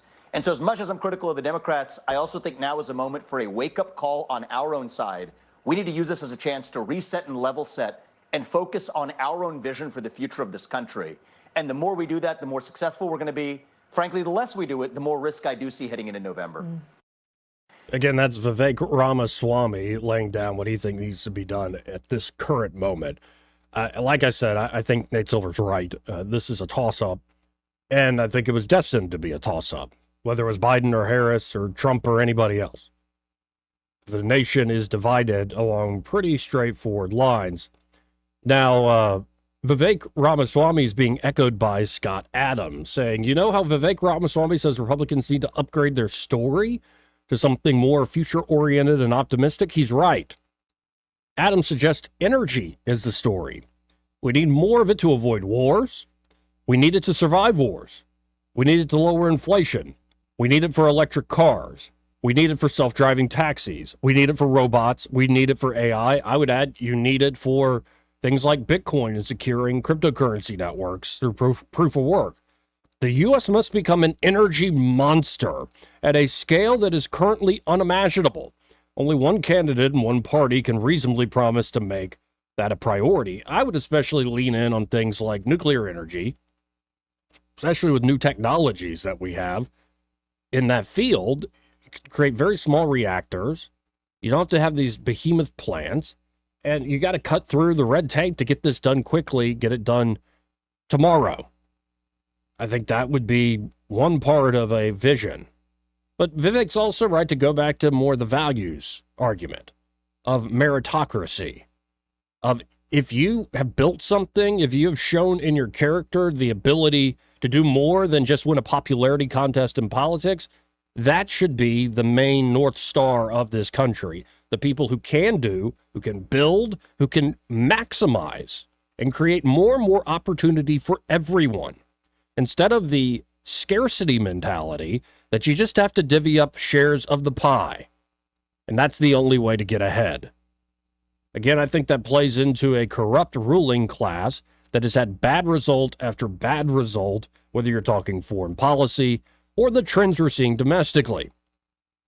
And then you do need to see, I think J.D. Vance doubled down on this call for more family. You know, there are a lot of folks saying, oh, is the Republican Party being judgy? Is the Republican Party, lecturing too much? There are certainly Republicans that harangue and hector and lecture people too much. Think of that scene in Pinocchio when Jiminy Cricket, his supposed conscience, stands up and starts giving Pinocchio a lecture after he becomes a real boy. It goes in one ear, out the other. That's not how people tend to learn. The lecturing and hectoring is not a good thing. But there is a very deep truth to what somebody like J.D. Vance is pointing out. If you're a single, say, mother, was that the plan? Is it easy doing it by yourself? I'm sure this is a big, wide world and a lot of different types of people in it. Maybe some folks took that on as their own burden, consciously. But I highly doubt that was really ever the plan for most folks who find themselves single mother, single father, or folks who maybe are in their middle to late 30s. I know a lot of people like this. I know a lot of very successful women who have gone into the corporate world, made a lot of money, had a great career, and they are starting to get the itch of like, well, I do want to be a mother. Now, if you don't want to be, that's fine. But there is something about the decay in, say, civil society, the decay in basic family society. We talk about it all the time here locally. And I think most folks, unless they're just, grinding a political axe in a certain direction, agree it does all begin at home. And there are most folks, I think, are trying to do their best, even though they sin and fail. The idea that we sin and fail and that we are seeing now more and more pathologies show up society-wide and I think largely because of our prosperity, has allowed us to paper over problems that out of necessity you just would have had to deal with in years bygone. But we need to wake up to this idea that these things, these trends are not good. You do need to have more family formation, and a big part of that would be well-paying jobs. Whether you have one breadwinner, I personally don't care if it's the man or the woman, but maybe you can't have somebody that has more time at home because the person who's working is making enough to make that very possible. Maybe both parents are working. Why does childcare cost so much? When you start focusing on, okay, here's how you actually help folks, here's how you actually get ahead, I think it's a good issue to be on. In fact, Senator Britt just introduced a big package working across the aisle on a lot of childcare needs and just empowering parents. These are things that will matter going forward. The Republican Party, of course, will also still be led by Donald John Trump. And I feel like we're stuck in a loop. Like it's an old loop that we almost forgot about because of COVID.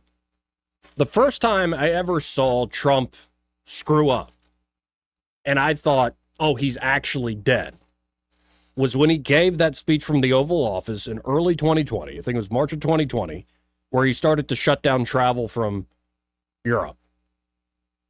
And I could see it on his face. I could see it in the language and messaging they're using, that Trump, he's a cheerleader, he's loves hyperbole, that we can be the best, we can be the greatest, and if not, you're going to go with the worst. He always speaks in extremes. And that cheerleading or that degrading can work in a certain setting. Be hypercritical of things you don't like. Be hyper praiseworthy of the things you do want to see improve. But COVID was such a big exo shock to the system that I think Trump lost the script in many ways. But take COVID out of it. The pattern up until that point had been, oh, Trump stepped in it now. Oh, Trump really screwed it up. He finally said the thing. This is the death. This is the end of Donald John Trump. Well, he ain't dead yet. Literally. And so don't underestimate with all the over-the-top stuff that this is the end of Trump. Oh, look at what he said at the National Association of Black Journalists conference. Oh, look at these indictments. Look at all the criminal cases against him. He's just rude. He's borscht. Like, all this is baked into the cake.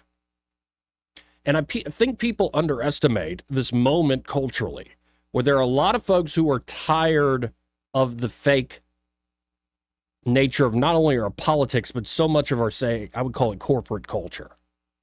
They find it false. They find it restrictive. They find it contrived. And also just, you can't breathe. Like the way they have set up, okay, this is how what all the smart people in the ruling class have decided, this is what we're going to do. A lot of folks saying, no, let me go my own way. We're tired of how you destroy anybody that upsets your plans to manage the world and manage problems without ever solving them. So there's a lot of work to be done by the Republican Party. We'll see what the Democratic Party comes up with. They seem, and I mean the bosses, not so much Harris, what they go with coming up.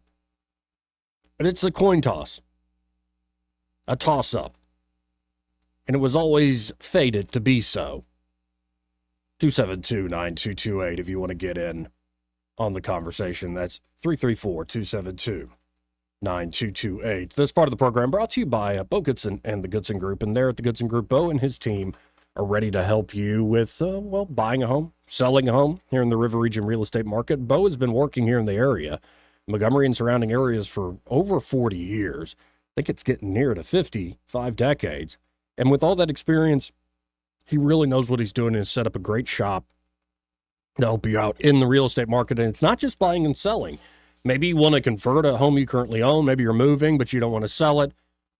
For all sorts of reasons, you can convert that into a rental. And for a reasonable fee, the Goodson Group can manage that for you. And then the crown jewel there, and this is where Bo's experience really comes into play, is the Bo Goodson Real Estate School. One of the most highly acclaimed real estate programs in the state, because, well, Bo's pulling from that experience. He's teaching you direct what he's been through, the good, the bad, and the ugly. But also because he's very interactive. Like he doesn't let you just sit there in the back of the classroom like a bump on the log. He actually gets you to engage. And whether you're looking to get a real estate license, become a fully licensed realtor, or if you're looking to be a more knowledgeable private player, maybe you want to start managing your own properties, Bo Goodson's Real Estate School is the place to be. So check them out today. You can always go to thegoodsongroup.com or give them a call, 551-0225. That's 551-0225. Bo Goodson and the Goodson Group, great sponsor here of News and Views in the afternoon. He may not know whether he's coming or going, but whether you're going to work or coming home, Greg Budell is there. Mornings, 6 till 9, and afternoons, 3 till 6. Only on News Talk 93.1 FM, WACV. What's your biggest investment? More than likely, it's your home. So treat it that way when you hire a painting contractor. With PBS Painting, there are no gimmicks, no $99 special. Just quality painting and someone who treats your home with the same respect that you do. At PBS Painting, we have been painting for years and look forward to many more years to come. With PBS Painting, the job gets prepped properly, whether it's cleaning, scraping, or priming. We always use quality products, which is a must for a quality paint job. So if you're looking for a painter that doesn't need upfront money and is on the job at all times, then please give me a call. Scott Bowers and PBS Painting, 294-5122. That's PBS Painting, 294-5122. Look at some of our work on Facebook at PBS Painting Montgomery. Are you tired of the mainstream media's biased reporting? Do you want to stay informed on the news that really matters to you? Look no further than 1819 News. At 1819 News, we bring you the latest in Alabama news, politics, sports, culture, and more. We've assembled a team of journalists with Alabama values dedicated to the truth and the truth alone. Visit us at 1819news.com today. That's 1819news.com. Subscribe to our newsletter. Honest News, Alabama Values. The Health and Wealth Show. The Health and Wealth Show. The show so nice, we said it twice. Weekday evenings at 6 on News Talk 93.1 WACV. The Health. Break it up, son. Joke's over, hey? This hour of News and Views is brought to you by our good friends at Alabama Home Mortgage. Alabama Home Mortgage, 567-4223. Visit them on the web at myalabamahomemortgage.com. NMLS number 1586368. An equal housing lender. Rich Thomas weather brought to you by Wiley Sanders Truck Lines. Truckers, if you are looking for green grass, contact Wiley Sanders Truck Lines. In business since 1959 and still growing. Call today, 855-777-9785. Hi, everybody. It's a brand new month, but it's the same old story. Dangerous heat will continue with a heat advisory again today. Heat index in the dangerous 105 to 110 range. The actual high temperature in the upper 90s. Now, the rain chances are not zero, but very minimal. Widely scattered storms perhaps today and tomorrow. More scattered storms Saturday and Sunday. They will be random. We'll be in the upper 90s tomorrow and again on Friday, but it looks like mid-90s still continue Saturday and Sunday. More scattered random storms and not much change Monday. From the Blue Water Weather Center, this is Rich Thomas. For the lowest prices around on flooring and DIY flooring installation supplies, Budget Floors and More is your new best friend. Luxury vinyl plank, carpet, ceramic tile, floor installation supplies, and more with prices lower than the big box stores. Budget Floors and More, Hunter Lane across from Del Rey to Publix. News and talk without the static. The River Region's most trusted voice. News Talk 93.1 FM WACV.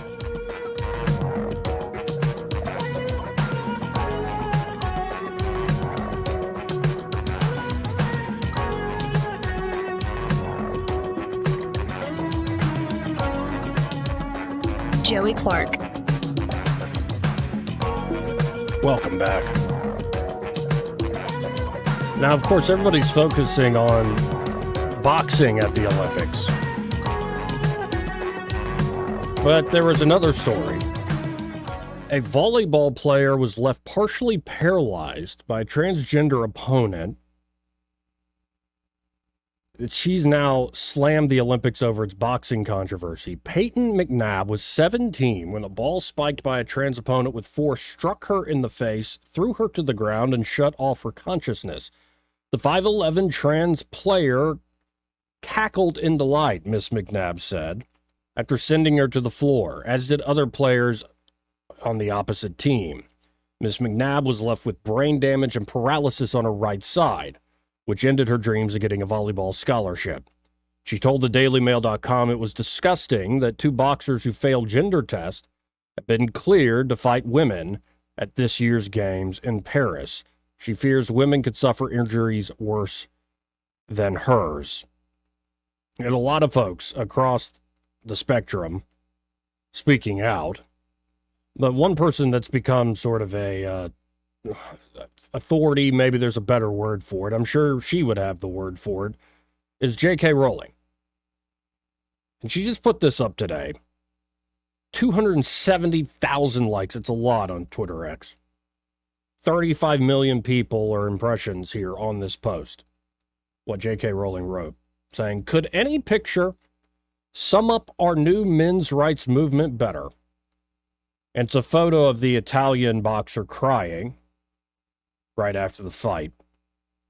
The smirk of a male who knows he's protected by the misogynist sporting establishment, enjoying the distress of a woman he's just punched in the head, and whose life ambition he's just shattered. And on that note, there has been more breaking in that regard, legally speaking, in the United States. The 11th Circuit grants Alabama's injunction barring Biden administration from imposing Title IX rules on gender identity. This is from 1819news.com. Craig Monger wrote this up. Craig will, of course, be joining us tomorrow here on the program. But he writes, the 11th Circuit Court of Appeals granted an injunction on Wednesday on behalf of Alabama and other states, prohibiting the Biden administration's Title IX rule change regarding gender identity from going into effect.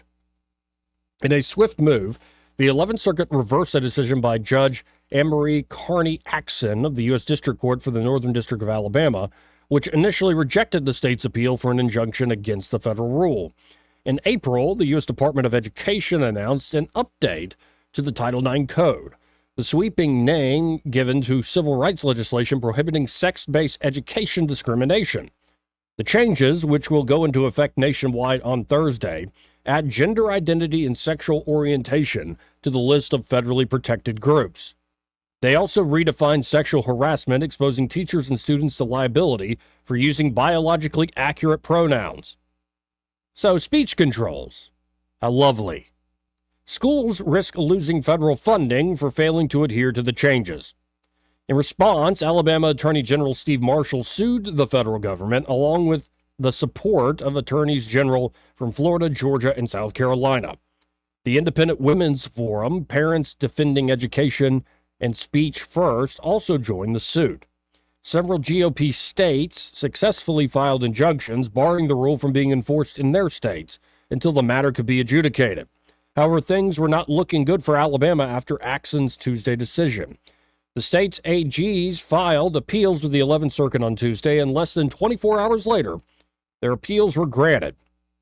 According to the injunction, the U.S. Department of Education is barred from enforcing the Title IX rules on gender identity until further court orders.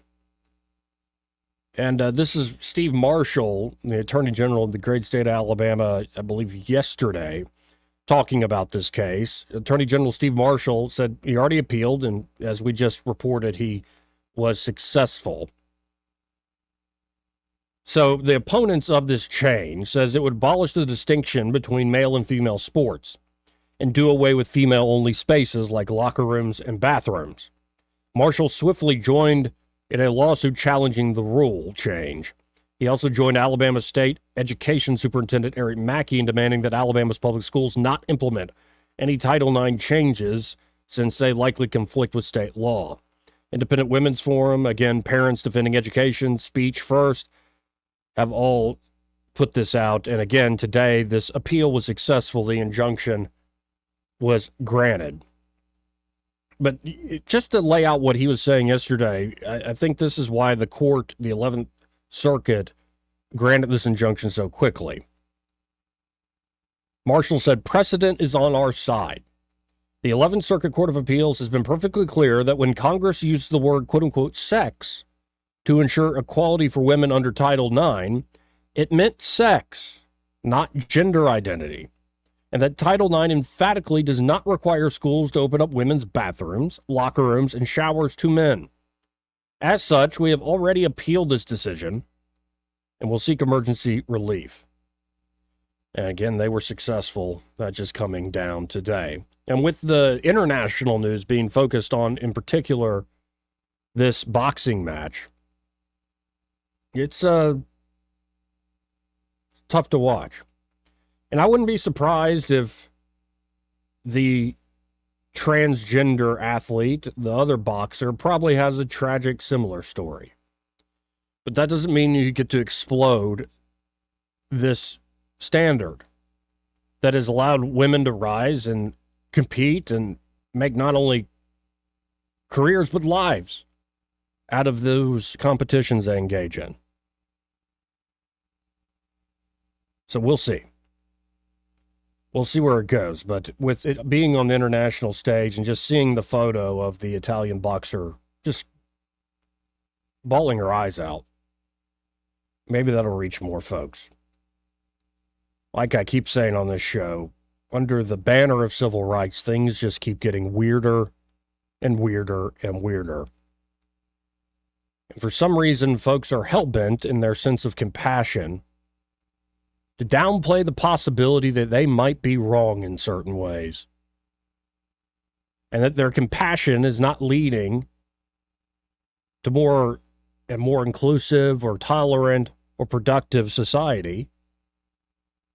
It's in fact having heinous ramifications for some of the youngest, some of the most vulnerable in our societies.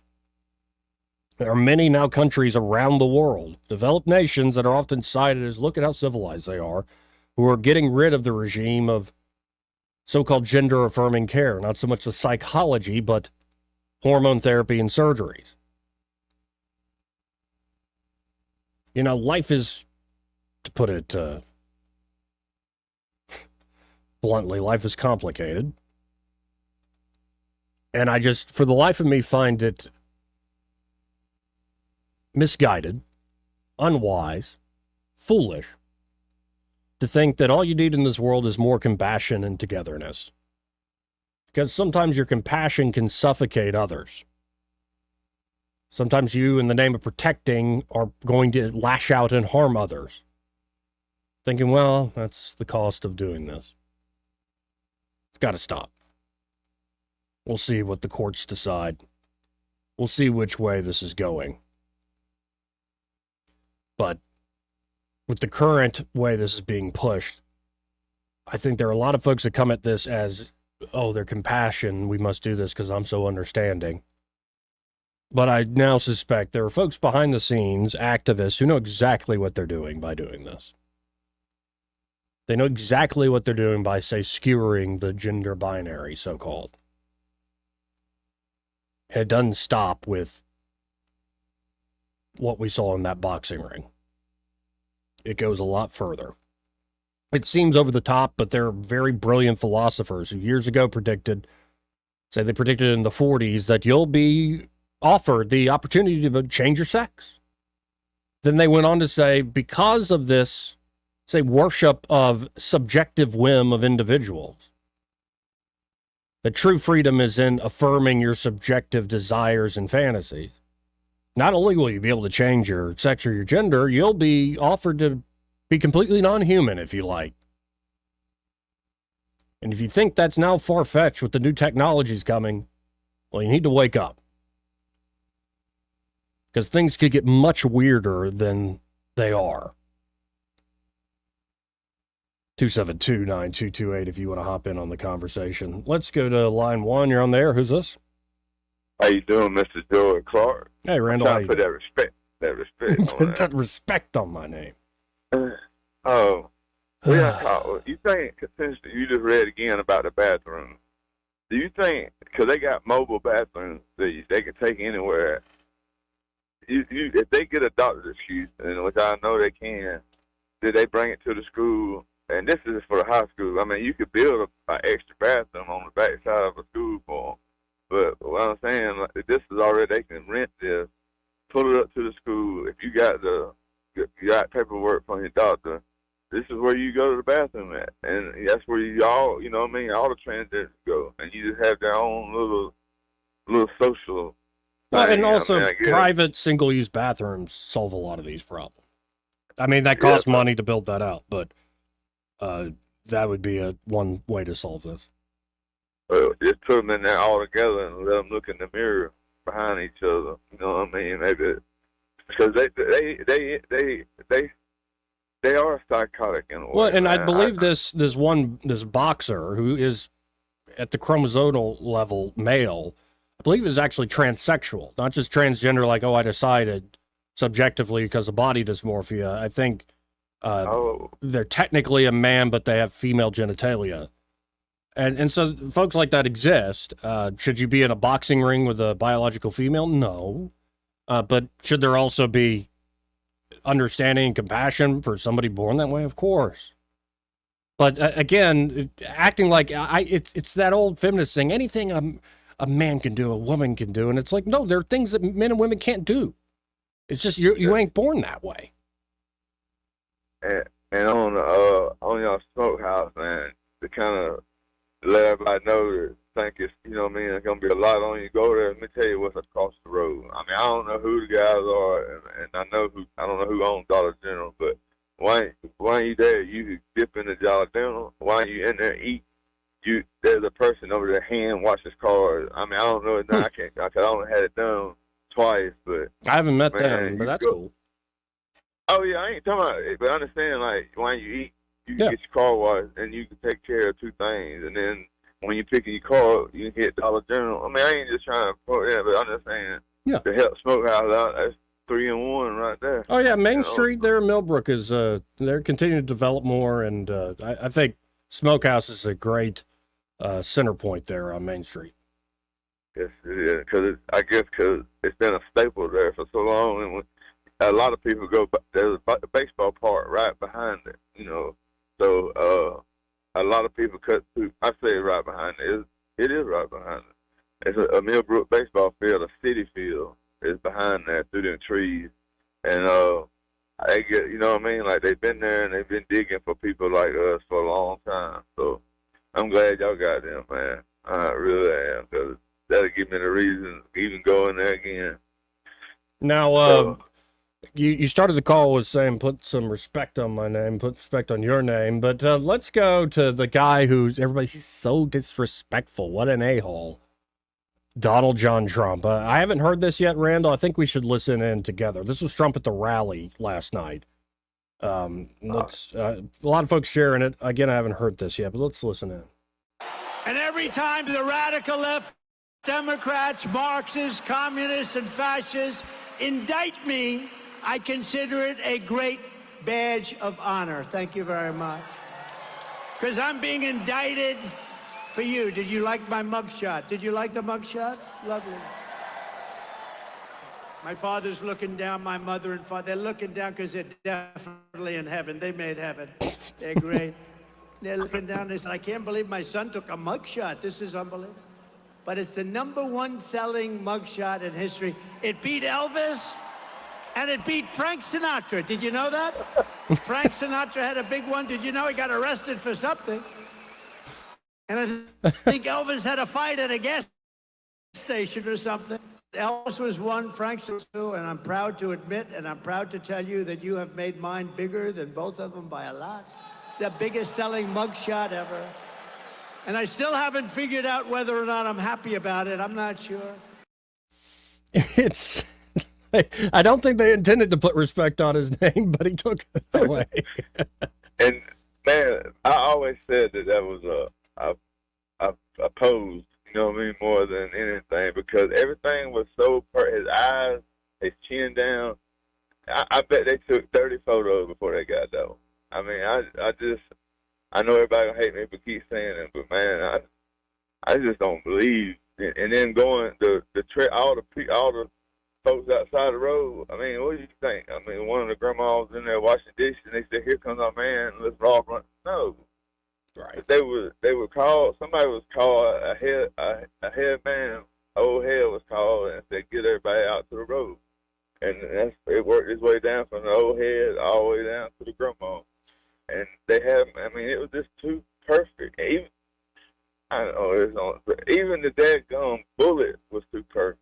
I mean, he wasn't wearing that thing last night on his ear no more.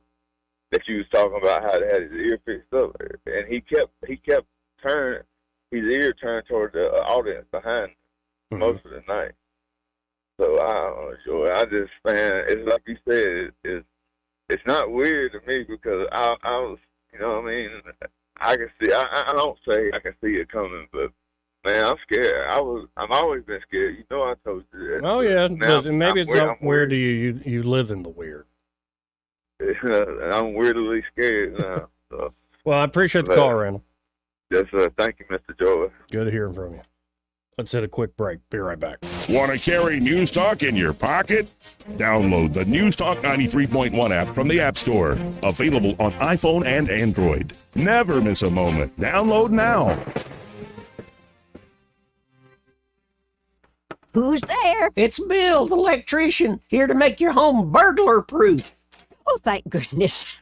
I thought maybe you were an intruder. No, ma'am. I'm a burglar's worst nightmare. If your house doesn't have sufficient outdoor lighting, it's a prime target for intruders. That's why you should call Crosby Electric today. How's it going, Bill? Just fine, ma'am. See, when your intruder trips this wire, it grabs him by the foot and hangs him upside down. Really? The experts at Crosby Electric will install lighting that not only discourages intruders, but also makes it safer for you and your guests to navigate around steps, pools, and other tripping hazards. Bill, is that contraption safe? Oh, sure. It's disarmed now, but... Bill! Like I said, I'm a burglar's worst nightmare. I see. You mind cutting me down, ma'am? Avoid your worst nightmare. Call the outdoor lighting experts at Crosby Electric or visit crosbyelectric.com. This hour of news and views is brought to you by our good friends at Alabama Home Mortgage. Alabama Home Mortgage, 567-4223. Visit them on the web at myalabamahomemortgage.com. NMLS number 1586368. An equal housing lender. The River Region's first and only News Talk station on FM. Live, local talk. News Talk 93.1 FM WACV.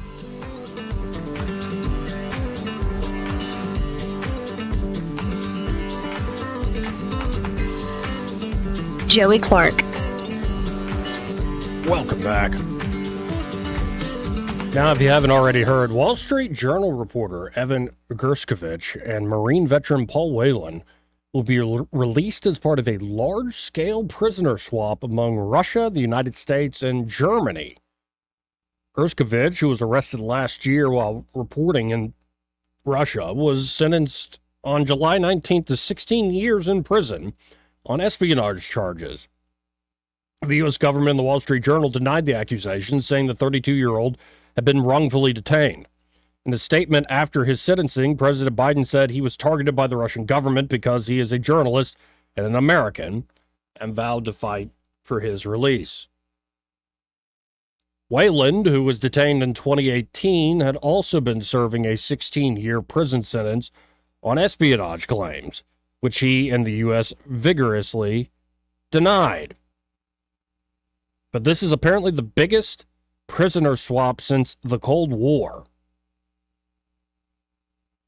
So it's Gershkovich and Paul Whelan, a former U.S. Marine, and Vladimir Kara-Murza, a Russian-British dissident, all jailed in Russia. Now I'm wondering who they're getting for that. By the way, did you also see that Khalid Sheikh Mohammed, the supposed mastermind of 9/11, got a plea deal? I'm not surprised. I know there are a lot of people set, but I'm not surprised because the whole legal regime around that, from that era, talk about screwing the pooch. As we talked about with Judge Napolitano, they really messed up in that regard. Really messed up. It's not like he's innocent, but what our folks did wasn't exactly innocent either. and sort of made a court and a trial on the up and up impossible. His attorneys had all sorts of things, so thus the plea deal has been reached. Crying shame. Even things that are some of the most momentous in our nation's history doesn't feel like you get proper justice at the end of the day. Well, I guess bin Laden's dead, right? And al-Baghdadi, too. Doesn't really make me feel any better. How about this? Final hour coming up. 272-9228 if you want to get in on the conversation. Before I hit the top of the hour break, though, this entire hour has been brought to you by Alabama Home Mortgage. And there at Alabama Home Mortgage, Kim Williams and Madeline Cannon are ready to help you buy a home or refinance that current mortgage. And it could be a great idea, not just if you're struggling with a bunch of debt, especially credit card debt. Maybe you're looking to reinvest in your property, reinvest in yourself, or just want to rearrange your finances, go a different way. It's money you built up in your home. It's yours to use. And especially if you're a veteran, it's the best game in town, and they can get the job done in that regard. A refi or purchase through the VA Home Loan Program done very swiftly there at Alabama Home Mortgage. A lot of folks think, oh, the VA takes forever. No. Not with Alabama Home Mortgage. You're talking an average, I think, 14 days. They can turn something around, like buying a home or a refinance deal. And, of course, they can help you if you're a first-time home buyer or maybe you're new to the area and you must buy. They can walk with you every step of the way from pre-approval all the way to closing day. So check out Alabama Home Mortgage at 567-4223. That's 567-4223. Or visit them on the web and apply online at myalabamahomemortgage.com. There is a difference in mortgage companies. Let Kim and Madeline prove that to you today. NMLS number 1586368, an equal housing lender. Broadcasting from the Riverside Chevrolet Master Control Center, this is WACV Cusana, News Talk 93.1 FM. When it's Chevy, it's Riverside. With SRN News, I'm John Scott. The U.S. and Russia have made their biggest prisoner swap in post-Soviet history. Moscow releasing U.S. journalist Evan Gershkovich and Michigan corporate security executive Paul Whelan, along with dissidents including Vladimir Kara-Murza, in a multinational deal that officials say has set 24 people free. The average rate on a 30-year mortgage fell this week to its lowest level since early February, easing borrowing costs for prospective homeowners facing record-high home prices, the rate dropping to 6.73% from 6.78% last week, according to mortgage buyer Freddie Mac. A year ago, the rate averaged 6.9%. Stocks remain deep in the red, the Dow losing 732 points. This is SRN News. Government debt is now exploding by an unprecedented $1 trillion every 90 days. Think of that. It's a clear sign that our nation's finances are spinning out of control, and it's putting the savings of every one of you at risk. Hello, I'm Lance Wallnow, a news analyst and best-selling author and an evangelical leader. I'm deeply concerned about the impact this runaway debt is going to have on Christians like you who have worked hard to build your own nest egg for your family. To protect your financial future in these uncertain times, you need to diversify with something tangible and proven, like physical gold. That's why I recommend a gold IRA. To learn more, text FAITH to the number 989898, and my friends at Birch Gold Group will rush you a free info kit on how to move your IRA or 401k to physical precious metals, tax and penalty-free. So don't wait. Just text the word FAITH to 989898 to get your free info kit on gold IRAs. Birch Gold Group is the only company I trust. There's no obligation. So text FAITH to 989898, and I pray this information helps you achieve prosperity and peace of mind. Rich Thomas Weather, a service of Riverside Chevrolet Wetumpka. If it's Chevy, it's Riverside. Best price, best selection. Check them out on the web at riversideusa.net. Hi, everybody. It's a brand new month, but it's the same old story. Dangerous heat will continue with a heat advisory again today. Heat index in the dangerous 105 to 110 range. The actual high temperature in the upper 90s.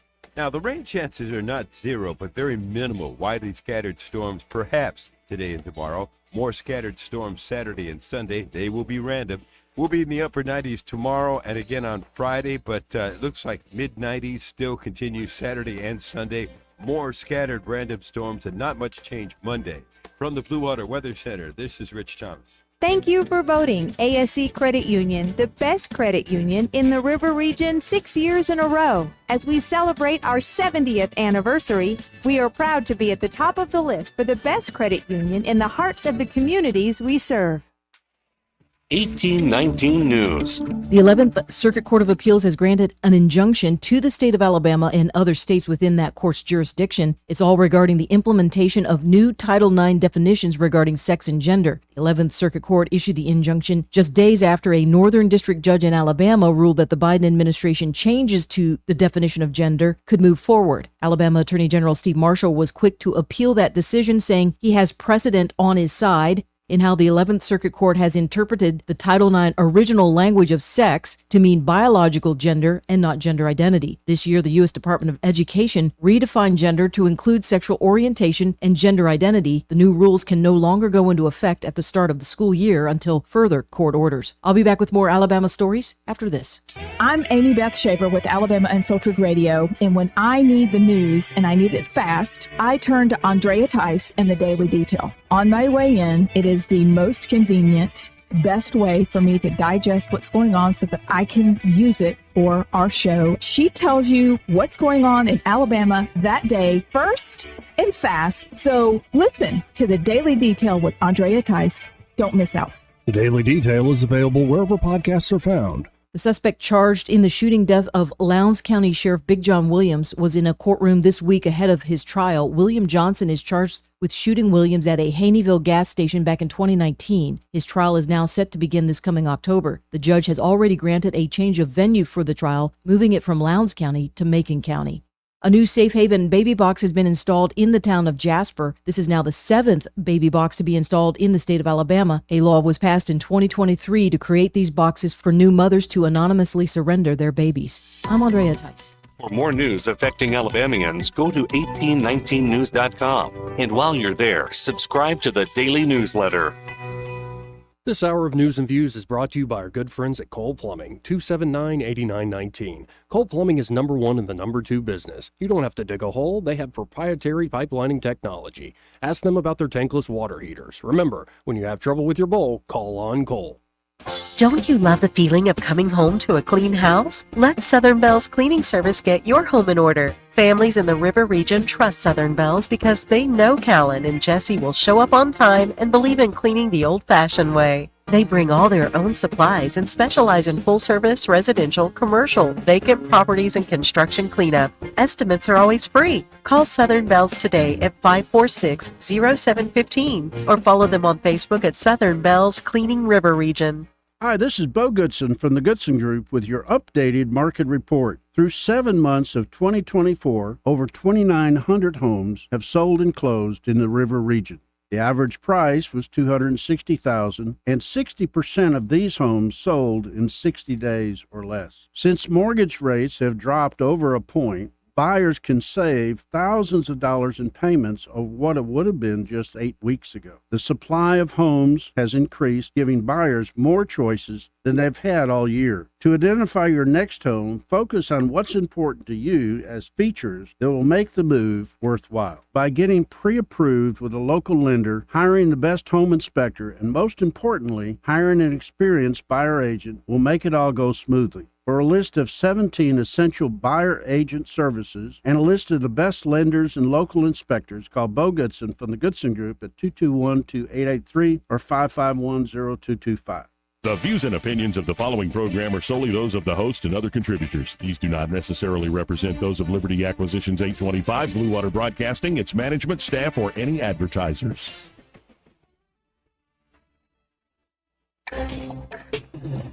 It's time for Montgomery's conversational radio show. It's News and Views on News Talk 93.1 FM. To join the conversation, call 272-9228.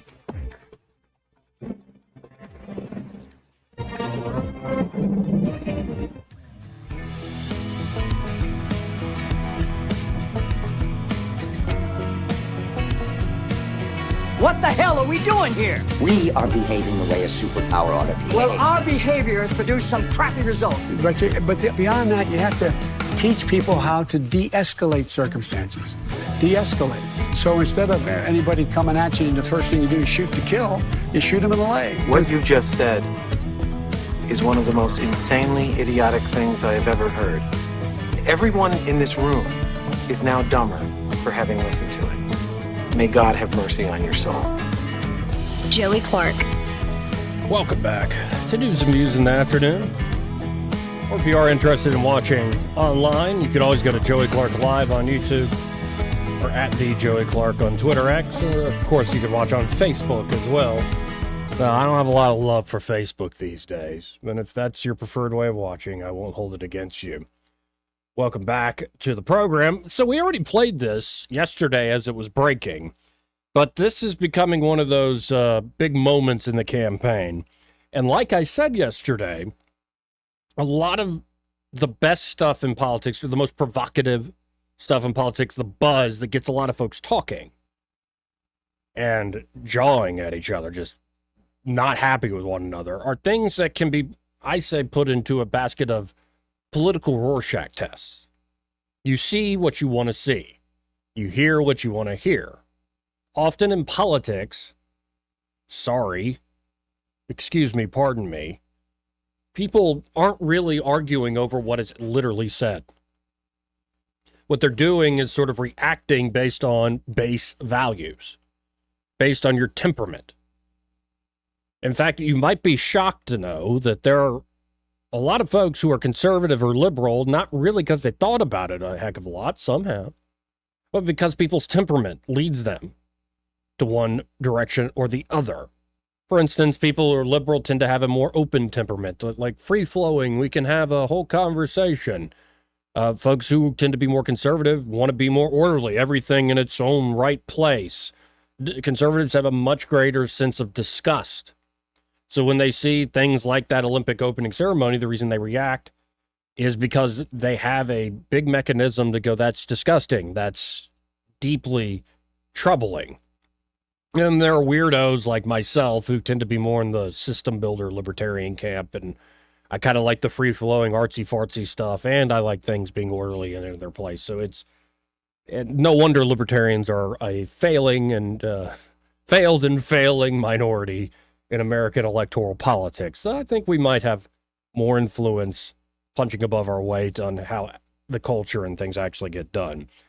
We'll see. That said, you get some of these moments and the reactions could be all over the map because, again, people are mapping on to what they're seeing on the screen, their more underlying values. Like they hear words and they don't hear them the same way. We're literally watching the same exact event, but we take away different things from it. I mean, and that's just human. But here it was. It was the moment yesterday at the National Association of Black Journalists where Trump started talking about Kamala Harris and her identity. Republicans on Capitol Hill have labeled Vice President Kamala Harris, who is the first Black and Asian American woman to serve as vice president and be on a major party ticket, as a DEI hire. Is that acceptable language to you? And will you tell those Republicans and those supporters to stop it? How do you define DEI? Go ahead. How do you define diversity, equity, inclusion? Okay, yeah, go ahead. Is that what your definition? That is give me a definition the words then. Would you give me a definition DEI. of that? And this is before the money quote, but I actually kind of like in that moment what Trump's doing there. Because folks just want to leave it at that. It just means diversity. It just means inclusion. It just means equity. And it's like, okay, what are the consequences of it? What are the practical outcomes of implementing a regime based on those things? Because you can say 3 words. What does it actually mean?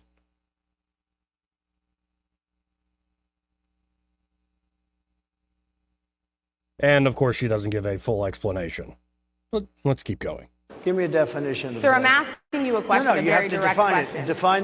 Define it for me, if you would. I just defined it, sir. Do you believe that Vice President Kamala Harris is only on the ticket because she is a Black woman? Well, I can say, no, I think it's maybe a little bit different. So I've known her a long time indirectly, not directly very much. And she was always of Indian heritage. And she was only promoting Indian heritage. I didn't know she was black until a number of years ago when she happened to turn black, and now she wants to be known as black. So I don't know, is she Indian or is she black? She has always But you know identified what? as a black woman. I She went to a respect historically either black one. college. I respect either one, but she obviously doesn't, because she was Indian all the way, and then all of a sudden she made a turn and she became a black person. Just to be clear, sir, do And you I believe think, that I think she is somebody should look into that too when you ask continue in a very hostile, nasty tone. Just that little last tag, hostile, nasty tone. Got me to chortle there for a second. But that right there is a political Rorschach test moment. Because there are going to be a lot of folks take away, go, there's the racist, divisive nature of Donald Trump. My sense of it is I put that in the same category as when Frank Luntz was kept harping about John McCain in 2015, 2016. And in particular, kept harping about McCain being a war hero. And Trump said, well, I like war heroes that aren't captured. I put what you just heard or saw there in the same category, that Trump cannot help himself in the sense that when he sees a sacred cow that somebody holds on high as like, you can't ever question our use of this. He has no chill. He does not care that you think he can't question it. In a way, it's to his credit, because did the John McCain, I like warriors aren't captured, people still bitch and moan about it, but did it stop him? No. So what little me heard is, well, y'all constantly harp on identity. You can find, whether you're talking DEI or you're talking early, say, publications of Harris being elected first Indian American. It's just fascinating how the person in politics is not unique to racial identity politics, just they become what they need to be for the audience and voting base they're seeking. It's sort of a cynical use of a certain identity or category in order to make you immune from criticism. McCain would do that with the war hero thing. So you can't disagree with John McCain. You can't criticize or be harsh about John McCain. He's a war hero. Like, what are you talking about? And instead of just saying, well, you know, in a complicated speech, well, that's one thing, but doesn't bear on the wisdom of his policy recommendation. Trump just goes straight at the sacred cow and slits its neck, slits its throat. He can't help it. He's not going to chill out. And he was still in that mode. You can tell he's pissed off, where he's like, well, you were very nasty to me, and you were late, and I respect you too much not to be late. And what I find is also the crowd reaction is fascinating. Let's hear that again. Very much. And she was always of Indian heritage, and she was only promoting Indian heritage. I didn't know she was black until a number of years ago when she happened to turn black, and now she wants to be known as black. So I don't know, is she Indian or is she black? She is. See, and that's a weird mix, but it reminds me of also the Megyn Kelly moment, where she went after him hard in that first Fox News debate. That there's a mix in that room in reaction. Some people aghast, how offensive. You can tell some folks though are kind of like, wow, this guy, the set on this fella.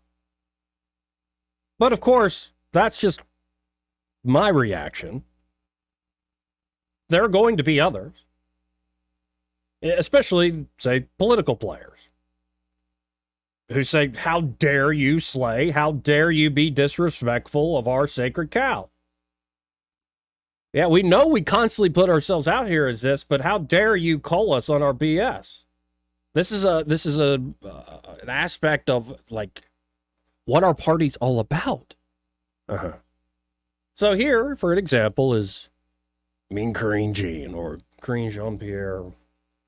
Let's listen in. Peter.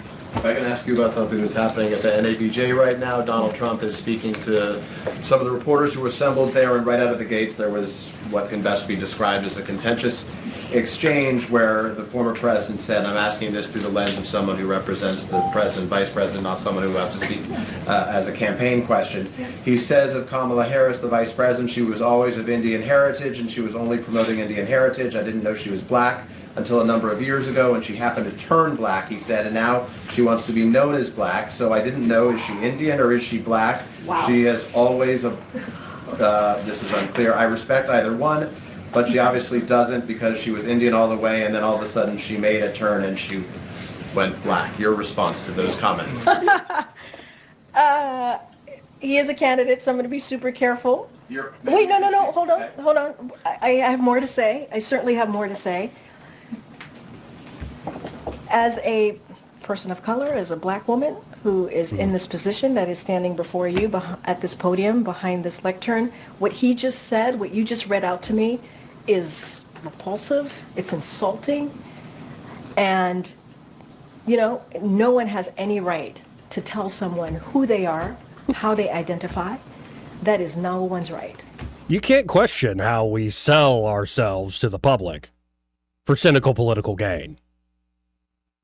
It's the same outrage of, John McCain's a war hero. You can't say that. But she keeps going. It is someone's own decisions. It is, I'll add this. Only she can speak to her experience. Only she can speak to what it's like. She's the only person that can do that. And I think it's insulting for anybody. It doesn't matter if it's a former leader, a former president. It is insulting. And we have to put, she is the Vice President of the United States, Kamala Harris. We have to put some respect on her name. Put some respect on her name. Now, we played Vivek Ramaswamy's take of the race earlier. Now here's Vivek's take on, well, race in the race, reacting to what just went down yesterday. Let's listen in. All right. Vivek, I want to give you a chance to react to that. No doubt it's going to get attention. It already is. Yeah, so look, on a very personal level, my parents were immigrants to this country, legal immigrants from southern India. Very same part of India that her mother also immigrated from. I think it's a hard fact, Martha, it's just a fact, whether you like it or not, that many Indian Americans in the United States are indeed somewhat offended by the way Kamala has suddenly cast aside the Indian American side of her identity. She leaned into it when she ran for office in California, big Asian American and Indian American population. So she wore that when it was convenient. She's wearing a different identity now when it's politically convenient on a national stage. Personally, I don't think we should be relying on these ethnic identities at all. Right. We're actually American. Right. And the problem is when you're Kamala Harris and you actually do lean into your identity politics, then you open the door to that type of criticism. But if you ask me, that shouldn't be how this election is decided one way or another. It should be decided on our own identity as Americans and what our vision is for the future of the country. And the number one thing missing in Kamala Harris's candidacy is that she lacks that vision for the country. That's what we got to focus on. Indeed. So I think you might think, oh, this is just Trump showing himself. No, I think he earned a lot of people yesterday in that room, just being there, not just that moment. The way he comports himself is, number one, are you surprised by it at this point? Number two, it's not exactly what people say.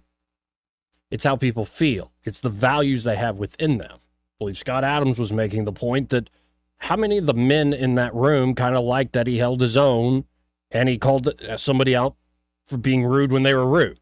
Very loaded question. Like, you don't just answer the question literally and straightforward, like, oh, nothing happened there. No, you attack back. But I think Vivek's right. And I mean, I know I'm not very popular in this regard, but I would like race to be about as important as your astrological sign. And sometimes when I hear things like Karine Jean-Pierre going on and on, it's like, well, as a Sagittarius, only that Sagittarius and maybe fellow Sagittarius can understand what it's like to have been born at that particular time, with that particular alignment of stars marking your destiny here on this earth. And it's like, oh, like you can feel that way. I find it besides the point of what we're actually arguing about. Besides the point on what should be the future of, say, cryptocurrency and Bitcoin, what should be the future of American foreign policy, what should be the future of American domestic policy on many fronts. How do we deal with the national debt? Healthcare is still a mess. Yada, yada, yada, yada, yada. So we'll see. Because you got to remember the context about all the DEI stuff. And I find DEI doesn't create a society of individual dignity. It creates a society of collective grievance. And that the folks who have the grievance must be given a more equal share in order to be equal.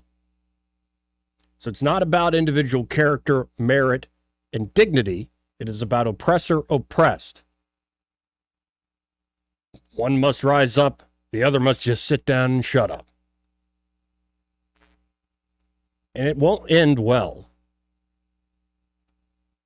Now, I hope we are Americans and we are unique compared to things like, say, the Russians or the Chinese, many places where this sort of language was used. But these sort of struggle sessions that we're seeing online now, with an overemphasis on collective identity, often collective identities that you didn't choose, it's not going to lead to respect and individual dignity. It's going to lead to resentment. It's going to lead to grievance after grievance. And a resentment and a grievance that can never be satiated. And the kicker is the folks that are supposedly part of, in solidarity with all these collective identities people keep throwing out there, they're getting screwed anyway. The idea that somebody who's selling you collective grievance is actually going to make your own personal life better because you somewhat share in that identity, I think they're selling you a bill of goods. Maybe they're not outright lying. Maybe they mean well. I don't know. We'll see. I just find that when folks tried to say, conscript me, that you must be, say, a white Christian man, and I'm talking about white Christians who say, oh, you must join our team because of those categories, I am inspired to spit, sometimes in their direction. If you want to respect me or not like me based on my own individual character and characteristics, go ahead. But when you start throwing people into these collective groups and you pit them against each other for the sake of a ruling elite to hold power, in particular, a request to have a more equal standing in order to make things fair in this world, it is again not going to end with individual dignity and freedom. It's going to end with division and resentment. Pray to God we don't go down the road that other nations have gone down. Now, we'll see. We'll see where this all goes. But it's not just on the race issue. I think the number one divide in American politics continues to be men and women, single men and single women. And so the back and forth on what issues matter the most will play in. But the way you get out of this is something that Vivek's suggesting, I saw Elon Musk suggesting, many others suggest, I've suggested it. You have to come up with goals and visions that get people out of the gutter, out of being crabs in the bucket, pulling each other down. Because this, I don't like this group, and this was done wrong. You have to be able to inspire folks to get out of that situation. And there are ways to do it, sure. But right now, I'm not seeing it. 272-9228. I'm not seeing it from most anybody, which is, for lack of a better word, sad. This part of the program brought to you by Pest Pro Services, and they're at Pest Pro. Ashley and that fantastic team. They're also there at Millbrook, Main Street of Millbrook. Brand new location because, well, they're growing and expanding. They have been for the last few years now, and it's because of how good they are at Pest Pro. Not only are they professionals, skilled, they can help you with any possible pest control problem you might have, whether it's an individual job like termite inspection or treatment or mosquito treatment on the yard, or if it's their just being your everyday pest control company, having your back. Pest Pro Services is ready to serve you. And again, they're local folks. They're always giving back to the community. And join the party. A lot of folks have learned Pest Pro Services is the way to go to deal with your pest control problems. So call Ashley and the team today at 265-9990. That's 265-9990. Or you can always go to ppsriverregion.com or just search Pest Pro Services on the Book of Faces. When you want to know, call a pro. Pest Pro Services. And be sure to tell them that Joey, that fella on the radio, sent you. Eddie just sent me a text. I don't think I can read it on air. Something about a finger and the doctor. Anyway, we'll be right back. He may not know whether he's coming or going, but whether you're going to work or coming home, Greg Budell is there. Mornings 6 till 9 and afternoons 3 till 6. Only on News Talk 93.1 FM WACV. Hello, everyone. Robbie Pelt with Capital City Roofing. If you think about it, your home is your biggest investment in life. Your roof covers your home, so why jeopardize your biggest investment on a roofer you don't know anything about when you can deal with a reputable roofing company like Capital City Roofing? We have an A+ Better business rating and the best manufacturers and workmanship warranties available. We do all residential and commercial roofing applications that are certified through the manufacturer to ensure you get the best material and workmanship money can buy. We also have your project in our best interest before and after construction has been done. Don't hesitate to call us if you have any roofing issues or questions. We will match any of our competitors' price and give you the same great workmanship warranty. We also give free estimates. Give us a call today and let us show you the difference. 277-3311. That's 277-3311. Or you can check us out on the web at www.capitalcityroofing.com. Capital City Roofing. We capitalize the roofing industry. For too long, Alabama's statewide news companies have shamed us for our conservative Christian values. Alabama deserves a news company that cherishes our culture, a company that isn't bought and paid for by the powers that be. 1819 News is that company. Run by Alabamians for Alabamians, 1819 News celebrates what is good and beautiful about our state, while exposing those who work against our values in secret. Just go to 1819news.com to learn more. Subscribe to our newsletter. That's 1819news.com. This hour of News and Views is brought to you by our good friends at Cole Plumbing, 279-8919. Cole Plumbing is number one in the number two business. You don't have to dig a hole. They have proprietary pipelining technology. Ask them about their tankless water heaters. Remember, when you have trouble with your bowl, call on Cole. This is James Jones with Jones Drugs. We've got locations in Prattville, Millbrook, Greenville, and Montgomery, and soon to be Phoenix City. My dad told me once if I wanted the whole world to know anything, to tell my aunt.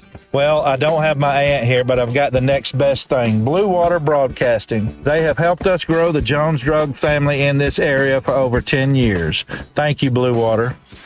Did you know that radio is the #1 reach platform in all of media? It's true. Call us to find out how to put radio's #1 reach to work for your business. Blue Water Broadcasting. Local folks helping local business. This hour of News and Views is brought to you by our good friends at Cole Plumbing, 279-8919. Cole Plumbing is number one in the number two business. You don't have to dig a hole. They have proprietary pipelining technology. Ask them about their tankless water heaters. Remember, when you have trouble with your bowl, call on Cole. Rich Thomas weather brought to you by H&H Carpets, where you will find a complete line of Mohawk carpet with exceptionally clean, smart strand fiber. It's always available and ready to be installed. H&H Carpets, across from Walmart on the Atlanta Highway. Rich Thomas weather. Hi, everybody. It's a brand new month, but it's the same old story. Dangerous heat will continue with a heat advisory again today. Heat index in the dangerous 105 to 110 range. The actual high temperature in the upper 90s. Now, the rain chances are not zero, but very minimal. Widely scattered storms perhaps today and tomorrow. More scattered storms Saturday and Sunday. They will be random. We'll be in the upper 90s tomorrow and again on Friday, but it looks like mid-90s still continue Saturday and Sunday. More scattered random storms and not much change Monday. From the Blue Water Weather Center, this is Rich Thomas. CB&S Bank has digital banking solutions to help you keep up. Check balances, pay bills, and much more. Learn more at cbsbank.com. Charges and fees may apply from your cellular service provider. Contact your service provider for information. Member FDIC. Live, local talk. The River Region's most trusted voice for news and opinion. News Talk 93.1 FM WACV.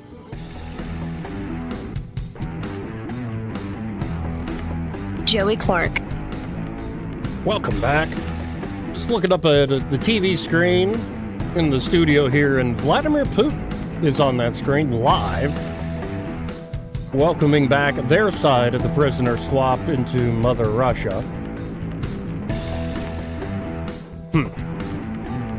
Yeah, this is apparently the largest swap, hostage prisoner swap, since the Cold War. Germany, Turkey involved, Russia, and the United States. Well, I'm glad the two Americans are home. Gerskovich and Whelan. Do have to wonder, I don't know. There haven't been many good reports on who exactly the Russians got in all this. We'll see where it goes. Again, 272-9228 if you want to get in on the conversation. Now, let's go to somebody who was actually on that stage, a black journalist at the National Association of Black Journalists, who was actually asking Trump questions, was there to see it in person, Harris Faulkner. Let's get her take on what went down. She, of course, is the anchor of the Faulkner Focus and the co-anchor of Outnumbered. Harris, welcome. It was a heated environment from the get-go up there. Give us your take on what happened from the very beginning and what we couldn't see behind the scenes. Well, let me start there because I think that's really important. What the nation has seen is this incredible buildup with journalists here reportedly upset because Donald Trump was coming. Some of them. And some of them we really hadn't heard from. So what I loved about what you couldn't see today was how much of that audience was enjoying the moment of hearing from a candidate that they might not always agree with. And that is the whole point. That is the growth of journalism, to be able to listen and question those things that you may not know about because you don't often talk to that person or those people. That was the goal here. So for all of that pushback, young journalists that I'm talking to after the event are saying, well, we're glad he's here. And look, you're always going to have a situation like we had today. It was very hard to hear on that dais because of the way the microphones were. They had a lot of technical issues going into this to make this happen. So the delay that there was out to the public that the former president was talking about had a lot to do with that. Now, it did get a little chippy because when a politician is interviewed, sometimes, Martha, they don't always answer the question that you ask. So the re-asks in this environment were very important. And so we got into some good topics, that are important, not just to black communities.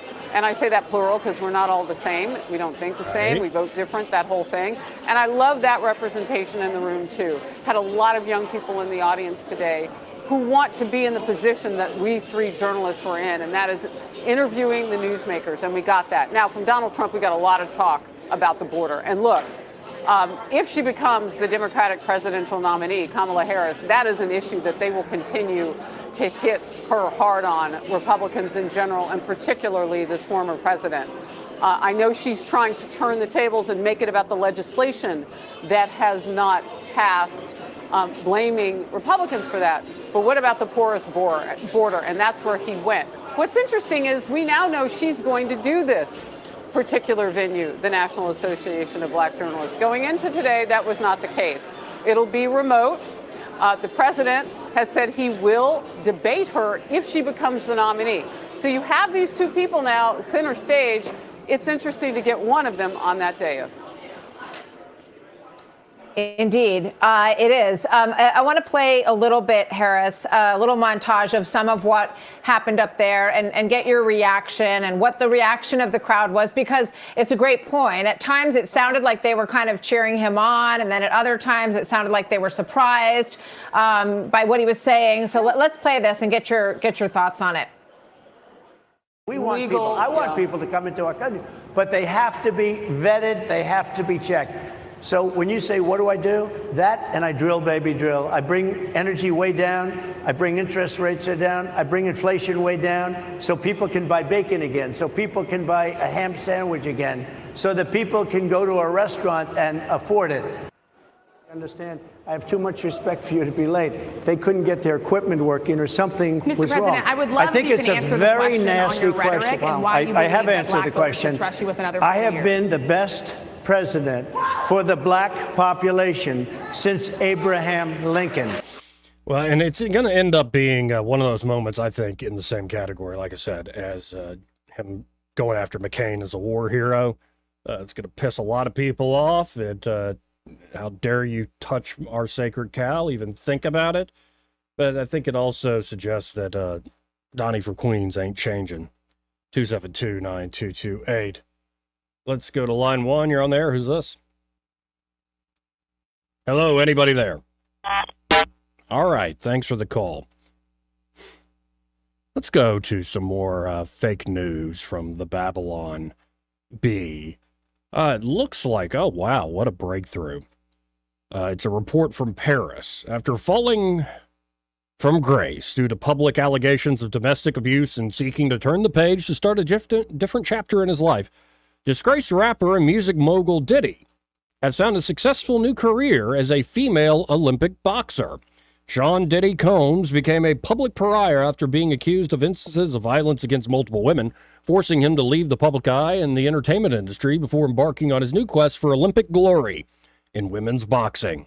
It's time to try something new, Combs said after while having his fist taped up by his trainer before his fight. I've been catching a lot of flack for things I've done to women, so I figured why not use these talents I have to do something that can bring me some positive attention and put my name in sports history books. That's why I decided to become a female boxer. Again, that is more fake news there from the Babylon Bee. You know, in the midst of all this domestic politicking and back and forth around the presidential race, apparently Iran's leader has ordered an attack on Israel for their killing of the leader of Hamas.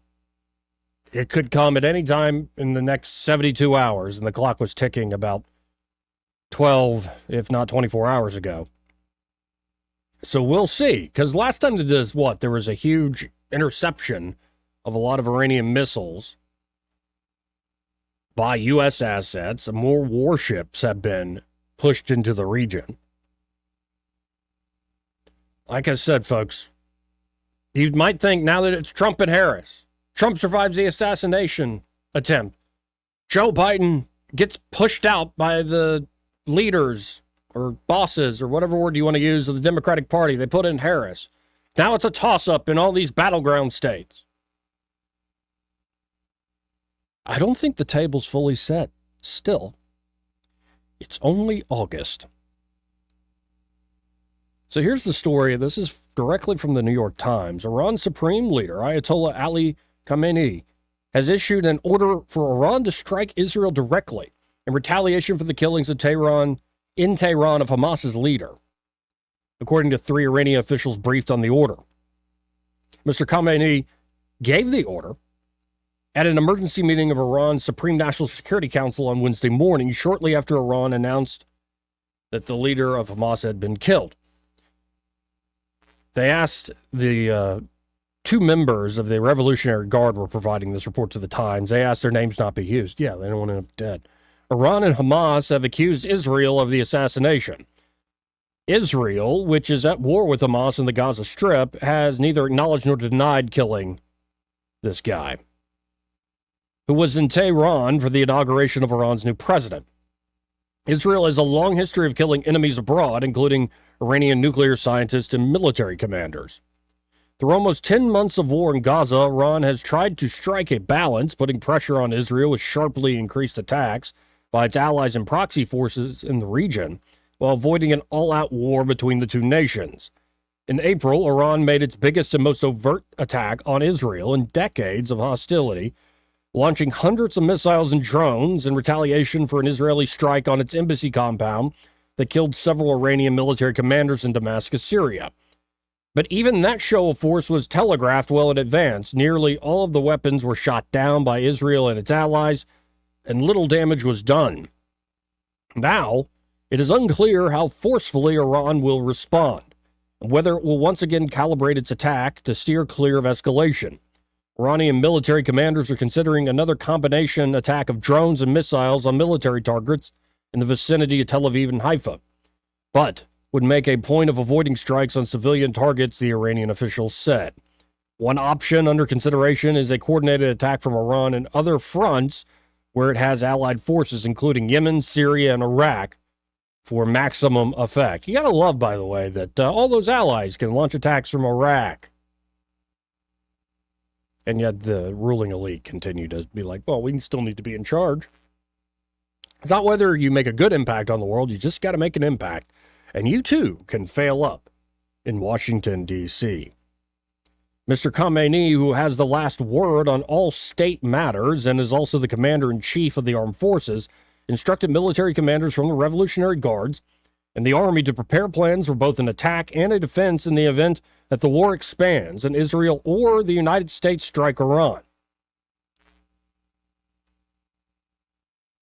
In a quote released after the Hamas leader's death, Khamenei said, quote, "We see avenging his blood our duty," because it happened on their territory. He said Israel had set the stage for receiving a quote-unquote severe punishment. So we'll see what happens next. Like I've been saying, I don't think the table is fully set just yet for this presidential election. Events are what control us all. Now, seeing a report here from the Federalist, FBI ramps up censorship efforts ahead of 2024.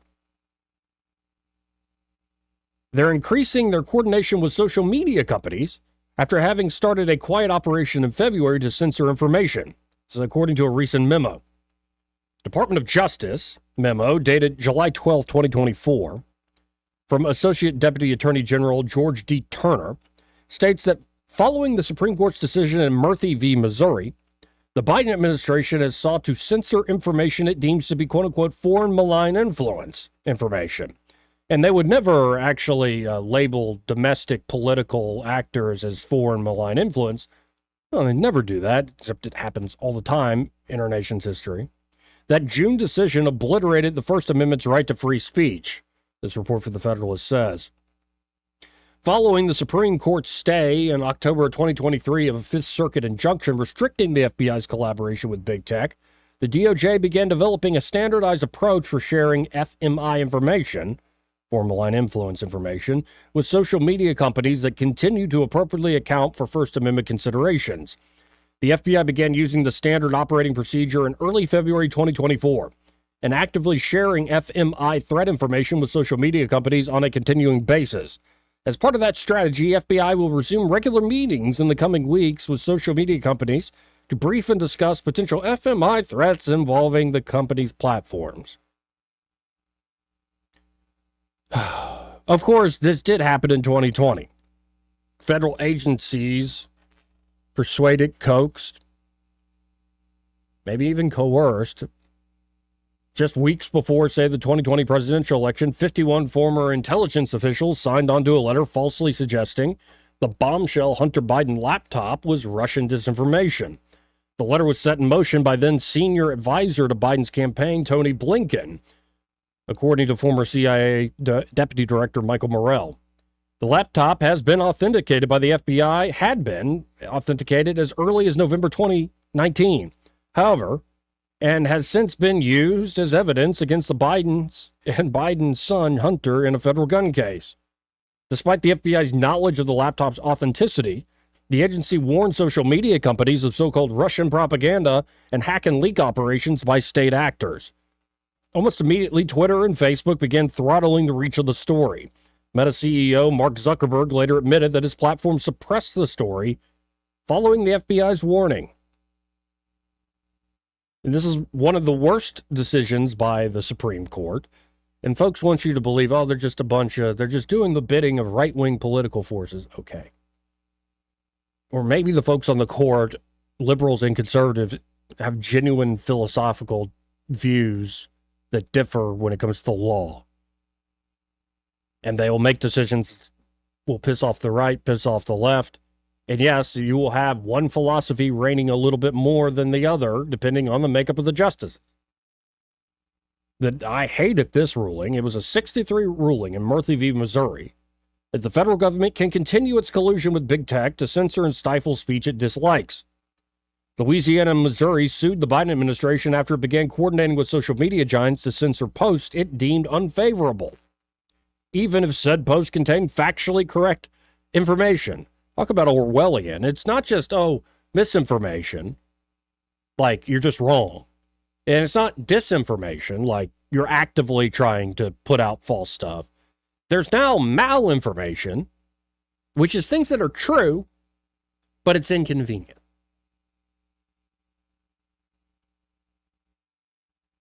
The court ruled that the plaintiffs lack standing.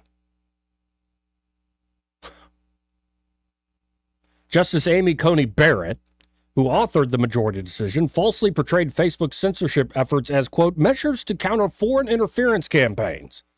But there was nothing foreign about the laptop, nor was it the product of Russian disinformation campaigns. In his dissent, Justice Samuel Alito wrote that the actions of the Biden administration are blatantly unconstitutional, and the country may come to regret the court's failure to rule in such a way. Officials who read today's decision together with Volo will get the message. If a coercive campaign is carried out with enough sophistication, it may get by. That is not the message this court should send, wrote Alito in that dissent. Also, got clips of folks going to apartment complexes with mostly illegal immigrants. Had somebody, a Spanish-speaking person, doing sort of these on-the-ground interviews, saying, hey, pretending to be, I'm with a group trying to register folks to vote. And a lot of these folks say, well, no, somebody already came by, I already registered. I believe this one was in Georgia, this apartment they went to. And about 14% of the people within that apartment complex who said they were registered to vote were illegal. Like, they straight up admitted, no, I'm not here legally. They asked point blank, are you a citizen or not? It's like, no, I'm not a citizen, but I did register to vote. Now, that's one small report in Georgia. But as we've heard from Senator Brett, as we heard from Secretary of State Wes Allen here in Alabama, there is no means currently available to actually check if people registered to vote are actually citizens of the country. But you have to wonder, what the heck is citizenship for then? Does it mean anything at all now? And that seems to be the trend, that these words we all seem to hang our hat on, like democracy and citizenship and the republic and liberty and freedom and da-da-da-da. They all just seem to be tools of manipulation for folks who are actually molding the agenda, while tricking you into thinking you actually have much say and control over much anything. On that happy note, gotta hit another break. We'll be right back. Want to carry News Talk in your pocket? Download the News Talk 93.1 app from the App Store. Available on iPhone and Android. Never miss a moment. Download now. Tucker Pecan is in a brand new location at 1935 Mulberry Street, but they've still got the same great products they had when they were downtown. Here's David Little to tell you more. Hey, David Little at Tucker Pecan here. I tell you what, since we have moved, we've had great response. We have lots and lots of people coming by our new store on 1935 Mulberry Street, and it's a lot of fun. You know why? Because we're getting to add new items. We're adding new candies, new jellies, new jams. We even have a honey called Hot Pecan Butter. It's so good. We have a hot honey. We have a peach jam. We have a hemp jelly that is mangoes, pineapples, and jelly. It is so good. We've got all those things. Plus, we've got all the great candies we've had before. And, you know, we're in a very convenient location. You don't have to go to downtown. You come to Tucker Pecan at 1935 Mulberry Street. Come shop with us, and we'll take care of all your gift needs, candies, or if you're just hungry, come by and we'll fix you up. Sharon at Whitworth Farm Equipment now has a qualified and certified mechanic. Gary Baker can do it all. They're here to keep you in the field. Your tractor should work as hard as you do and keep working. For all parts and service, come see Whitworth Farm Equipment for all tractor parts, implements, and trailers. And now selling pine straw rolls. Go to Whitworth Farm Equipment, 285-9977, or at 7458 Deatsville Highway. This hour of News and Views is brought to you by our good friends at Cole Plumbing, 279-8919. Cole Plumbing is number one in the number two business. You don't have to dig a hole. They have proprietary pipelining technology. Ask them about their tankless water heaters. Remember, when you have trouble with your bowl, call on Cole. The River Region's News Talk Station. News Talk 93.1, WACV. News Talk 93.1. Joey Clark. Welcome back.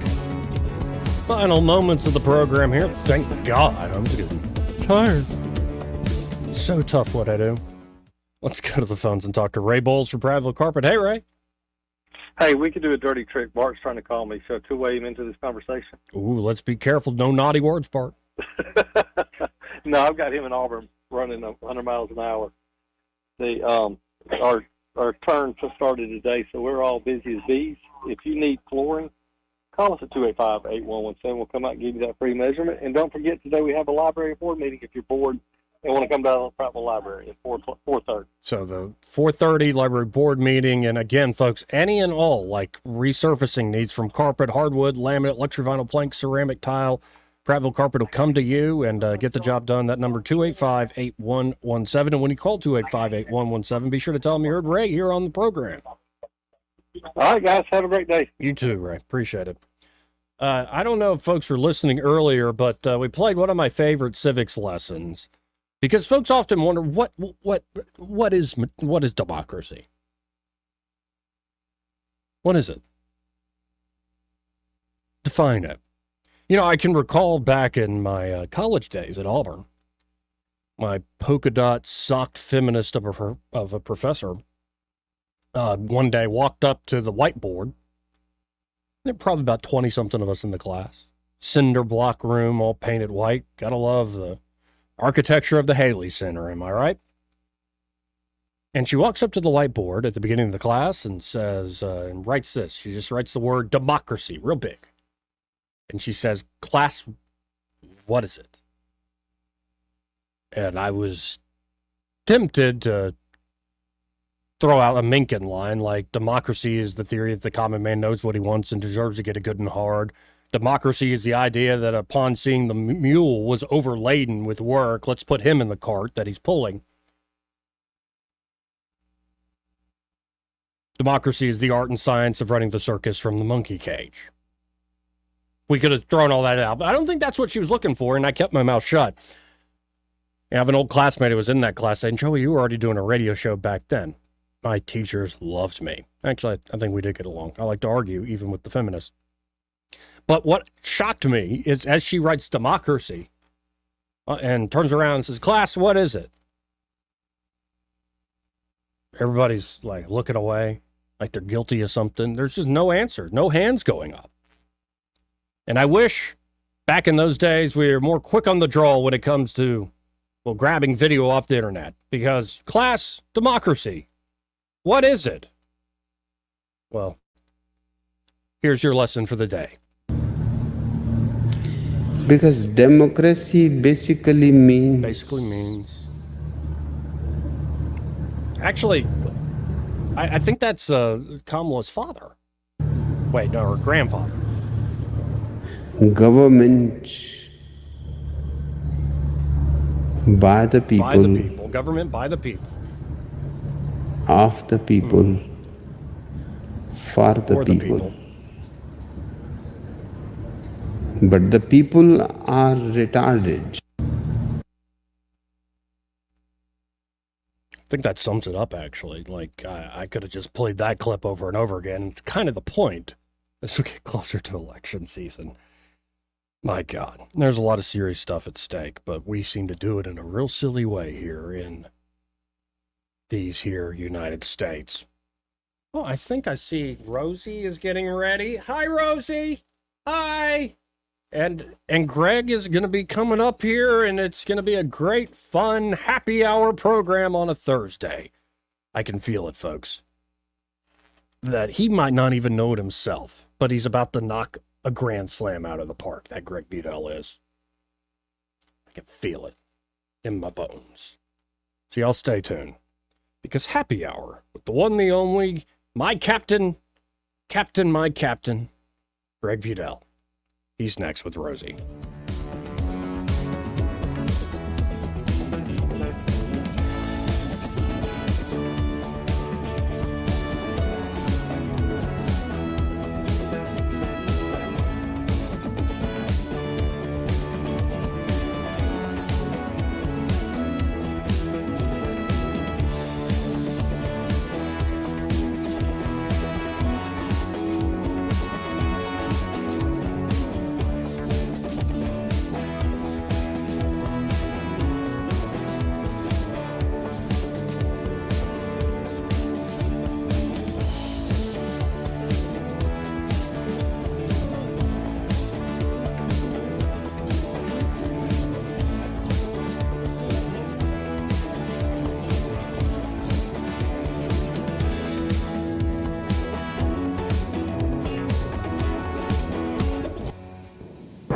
Broadcasting from the Riverside Chevrolet Master Control Center, this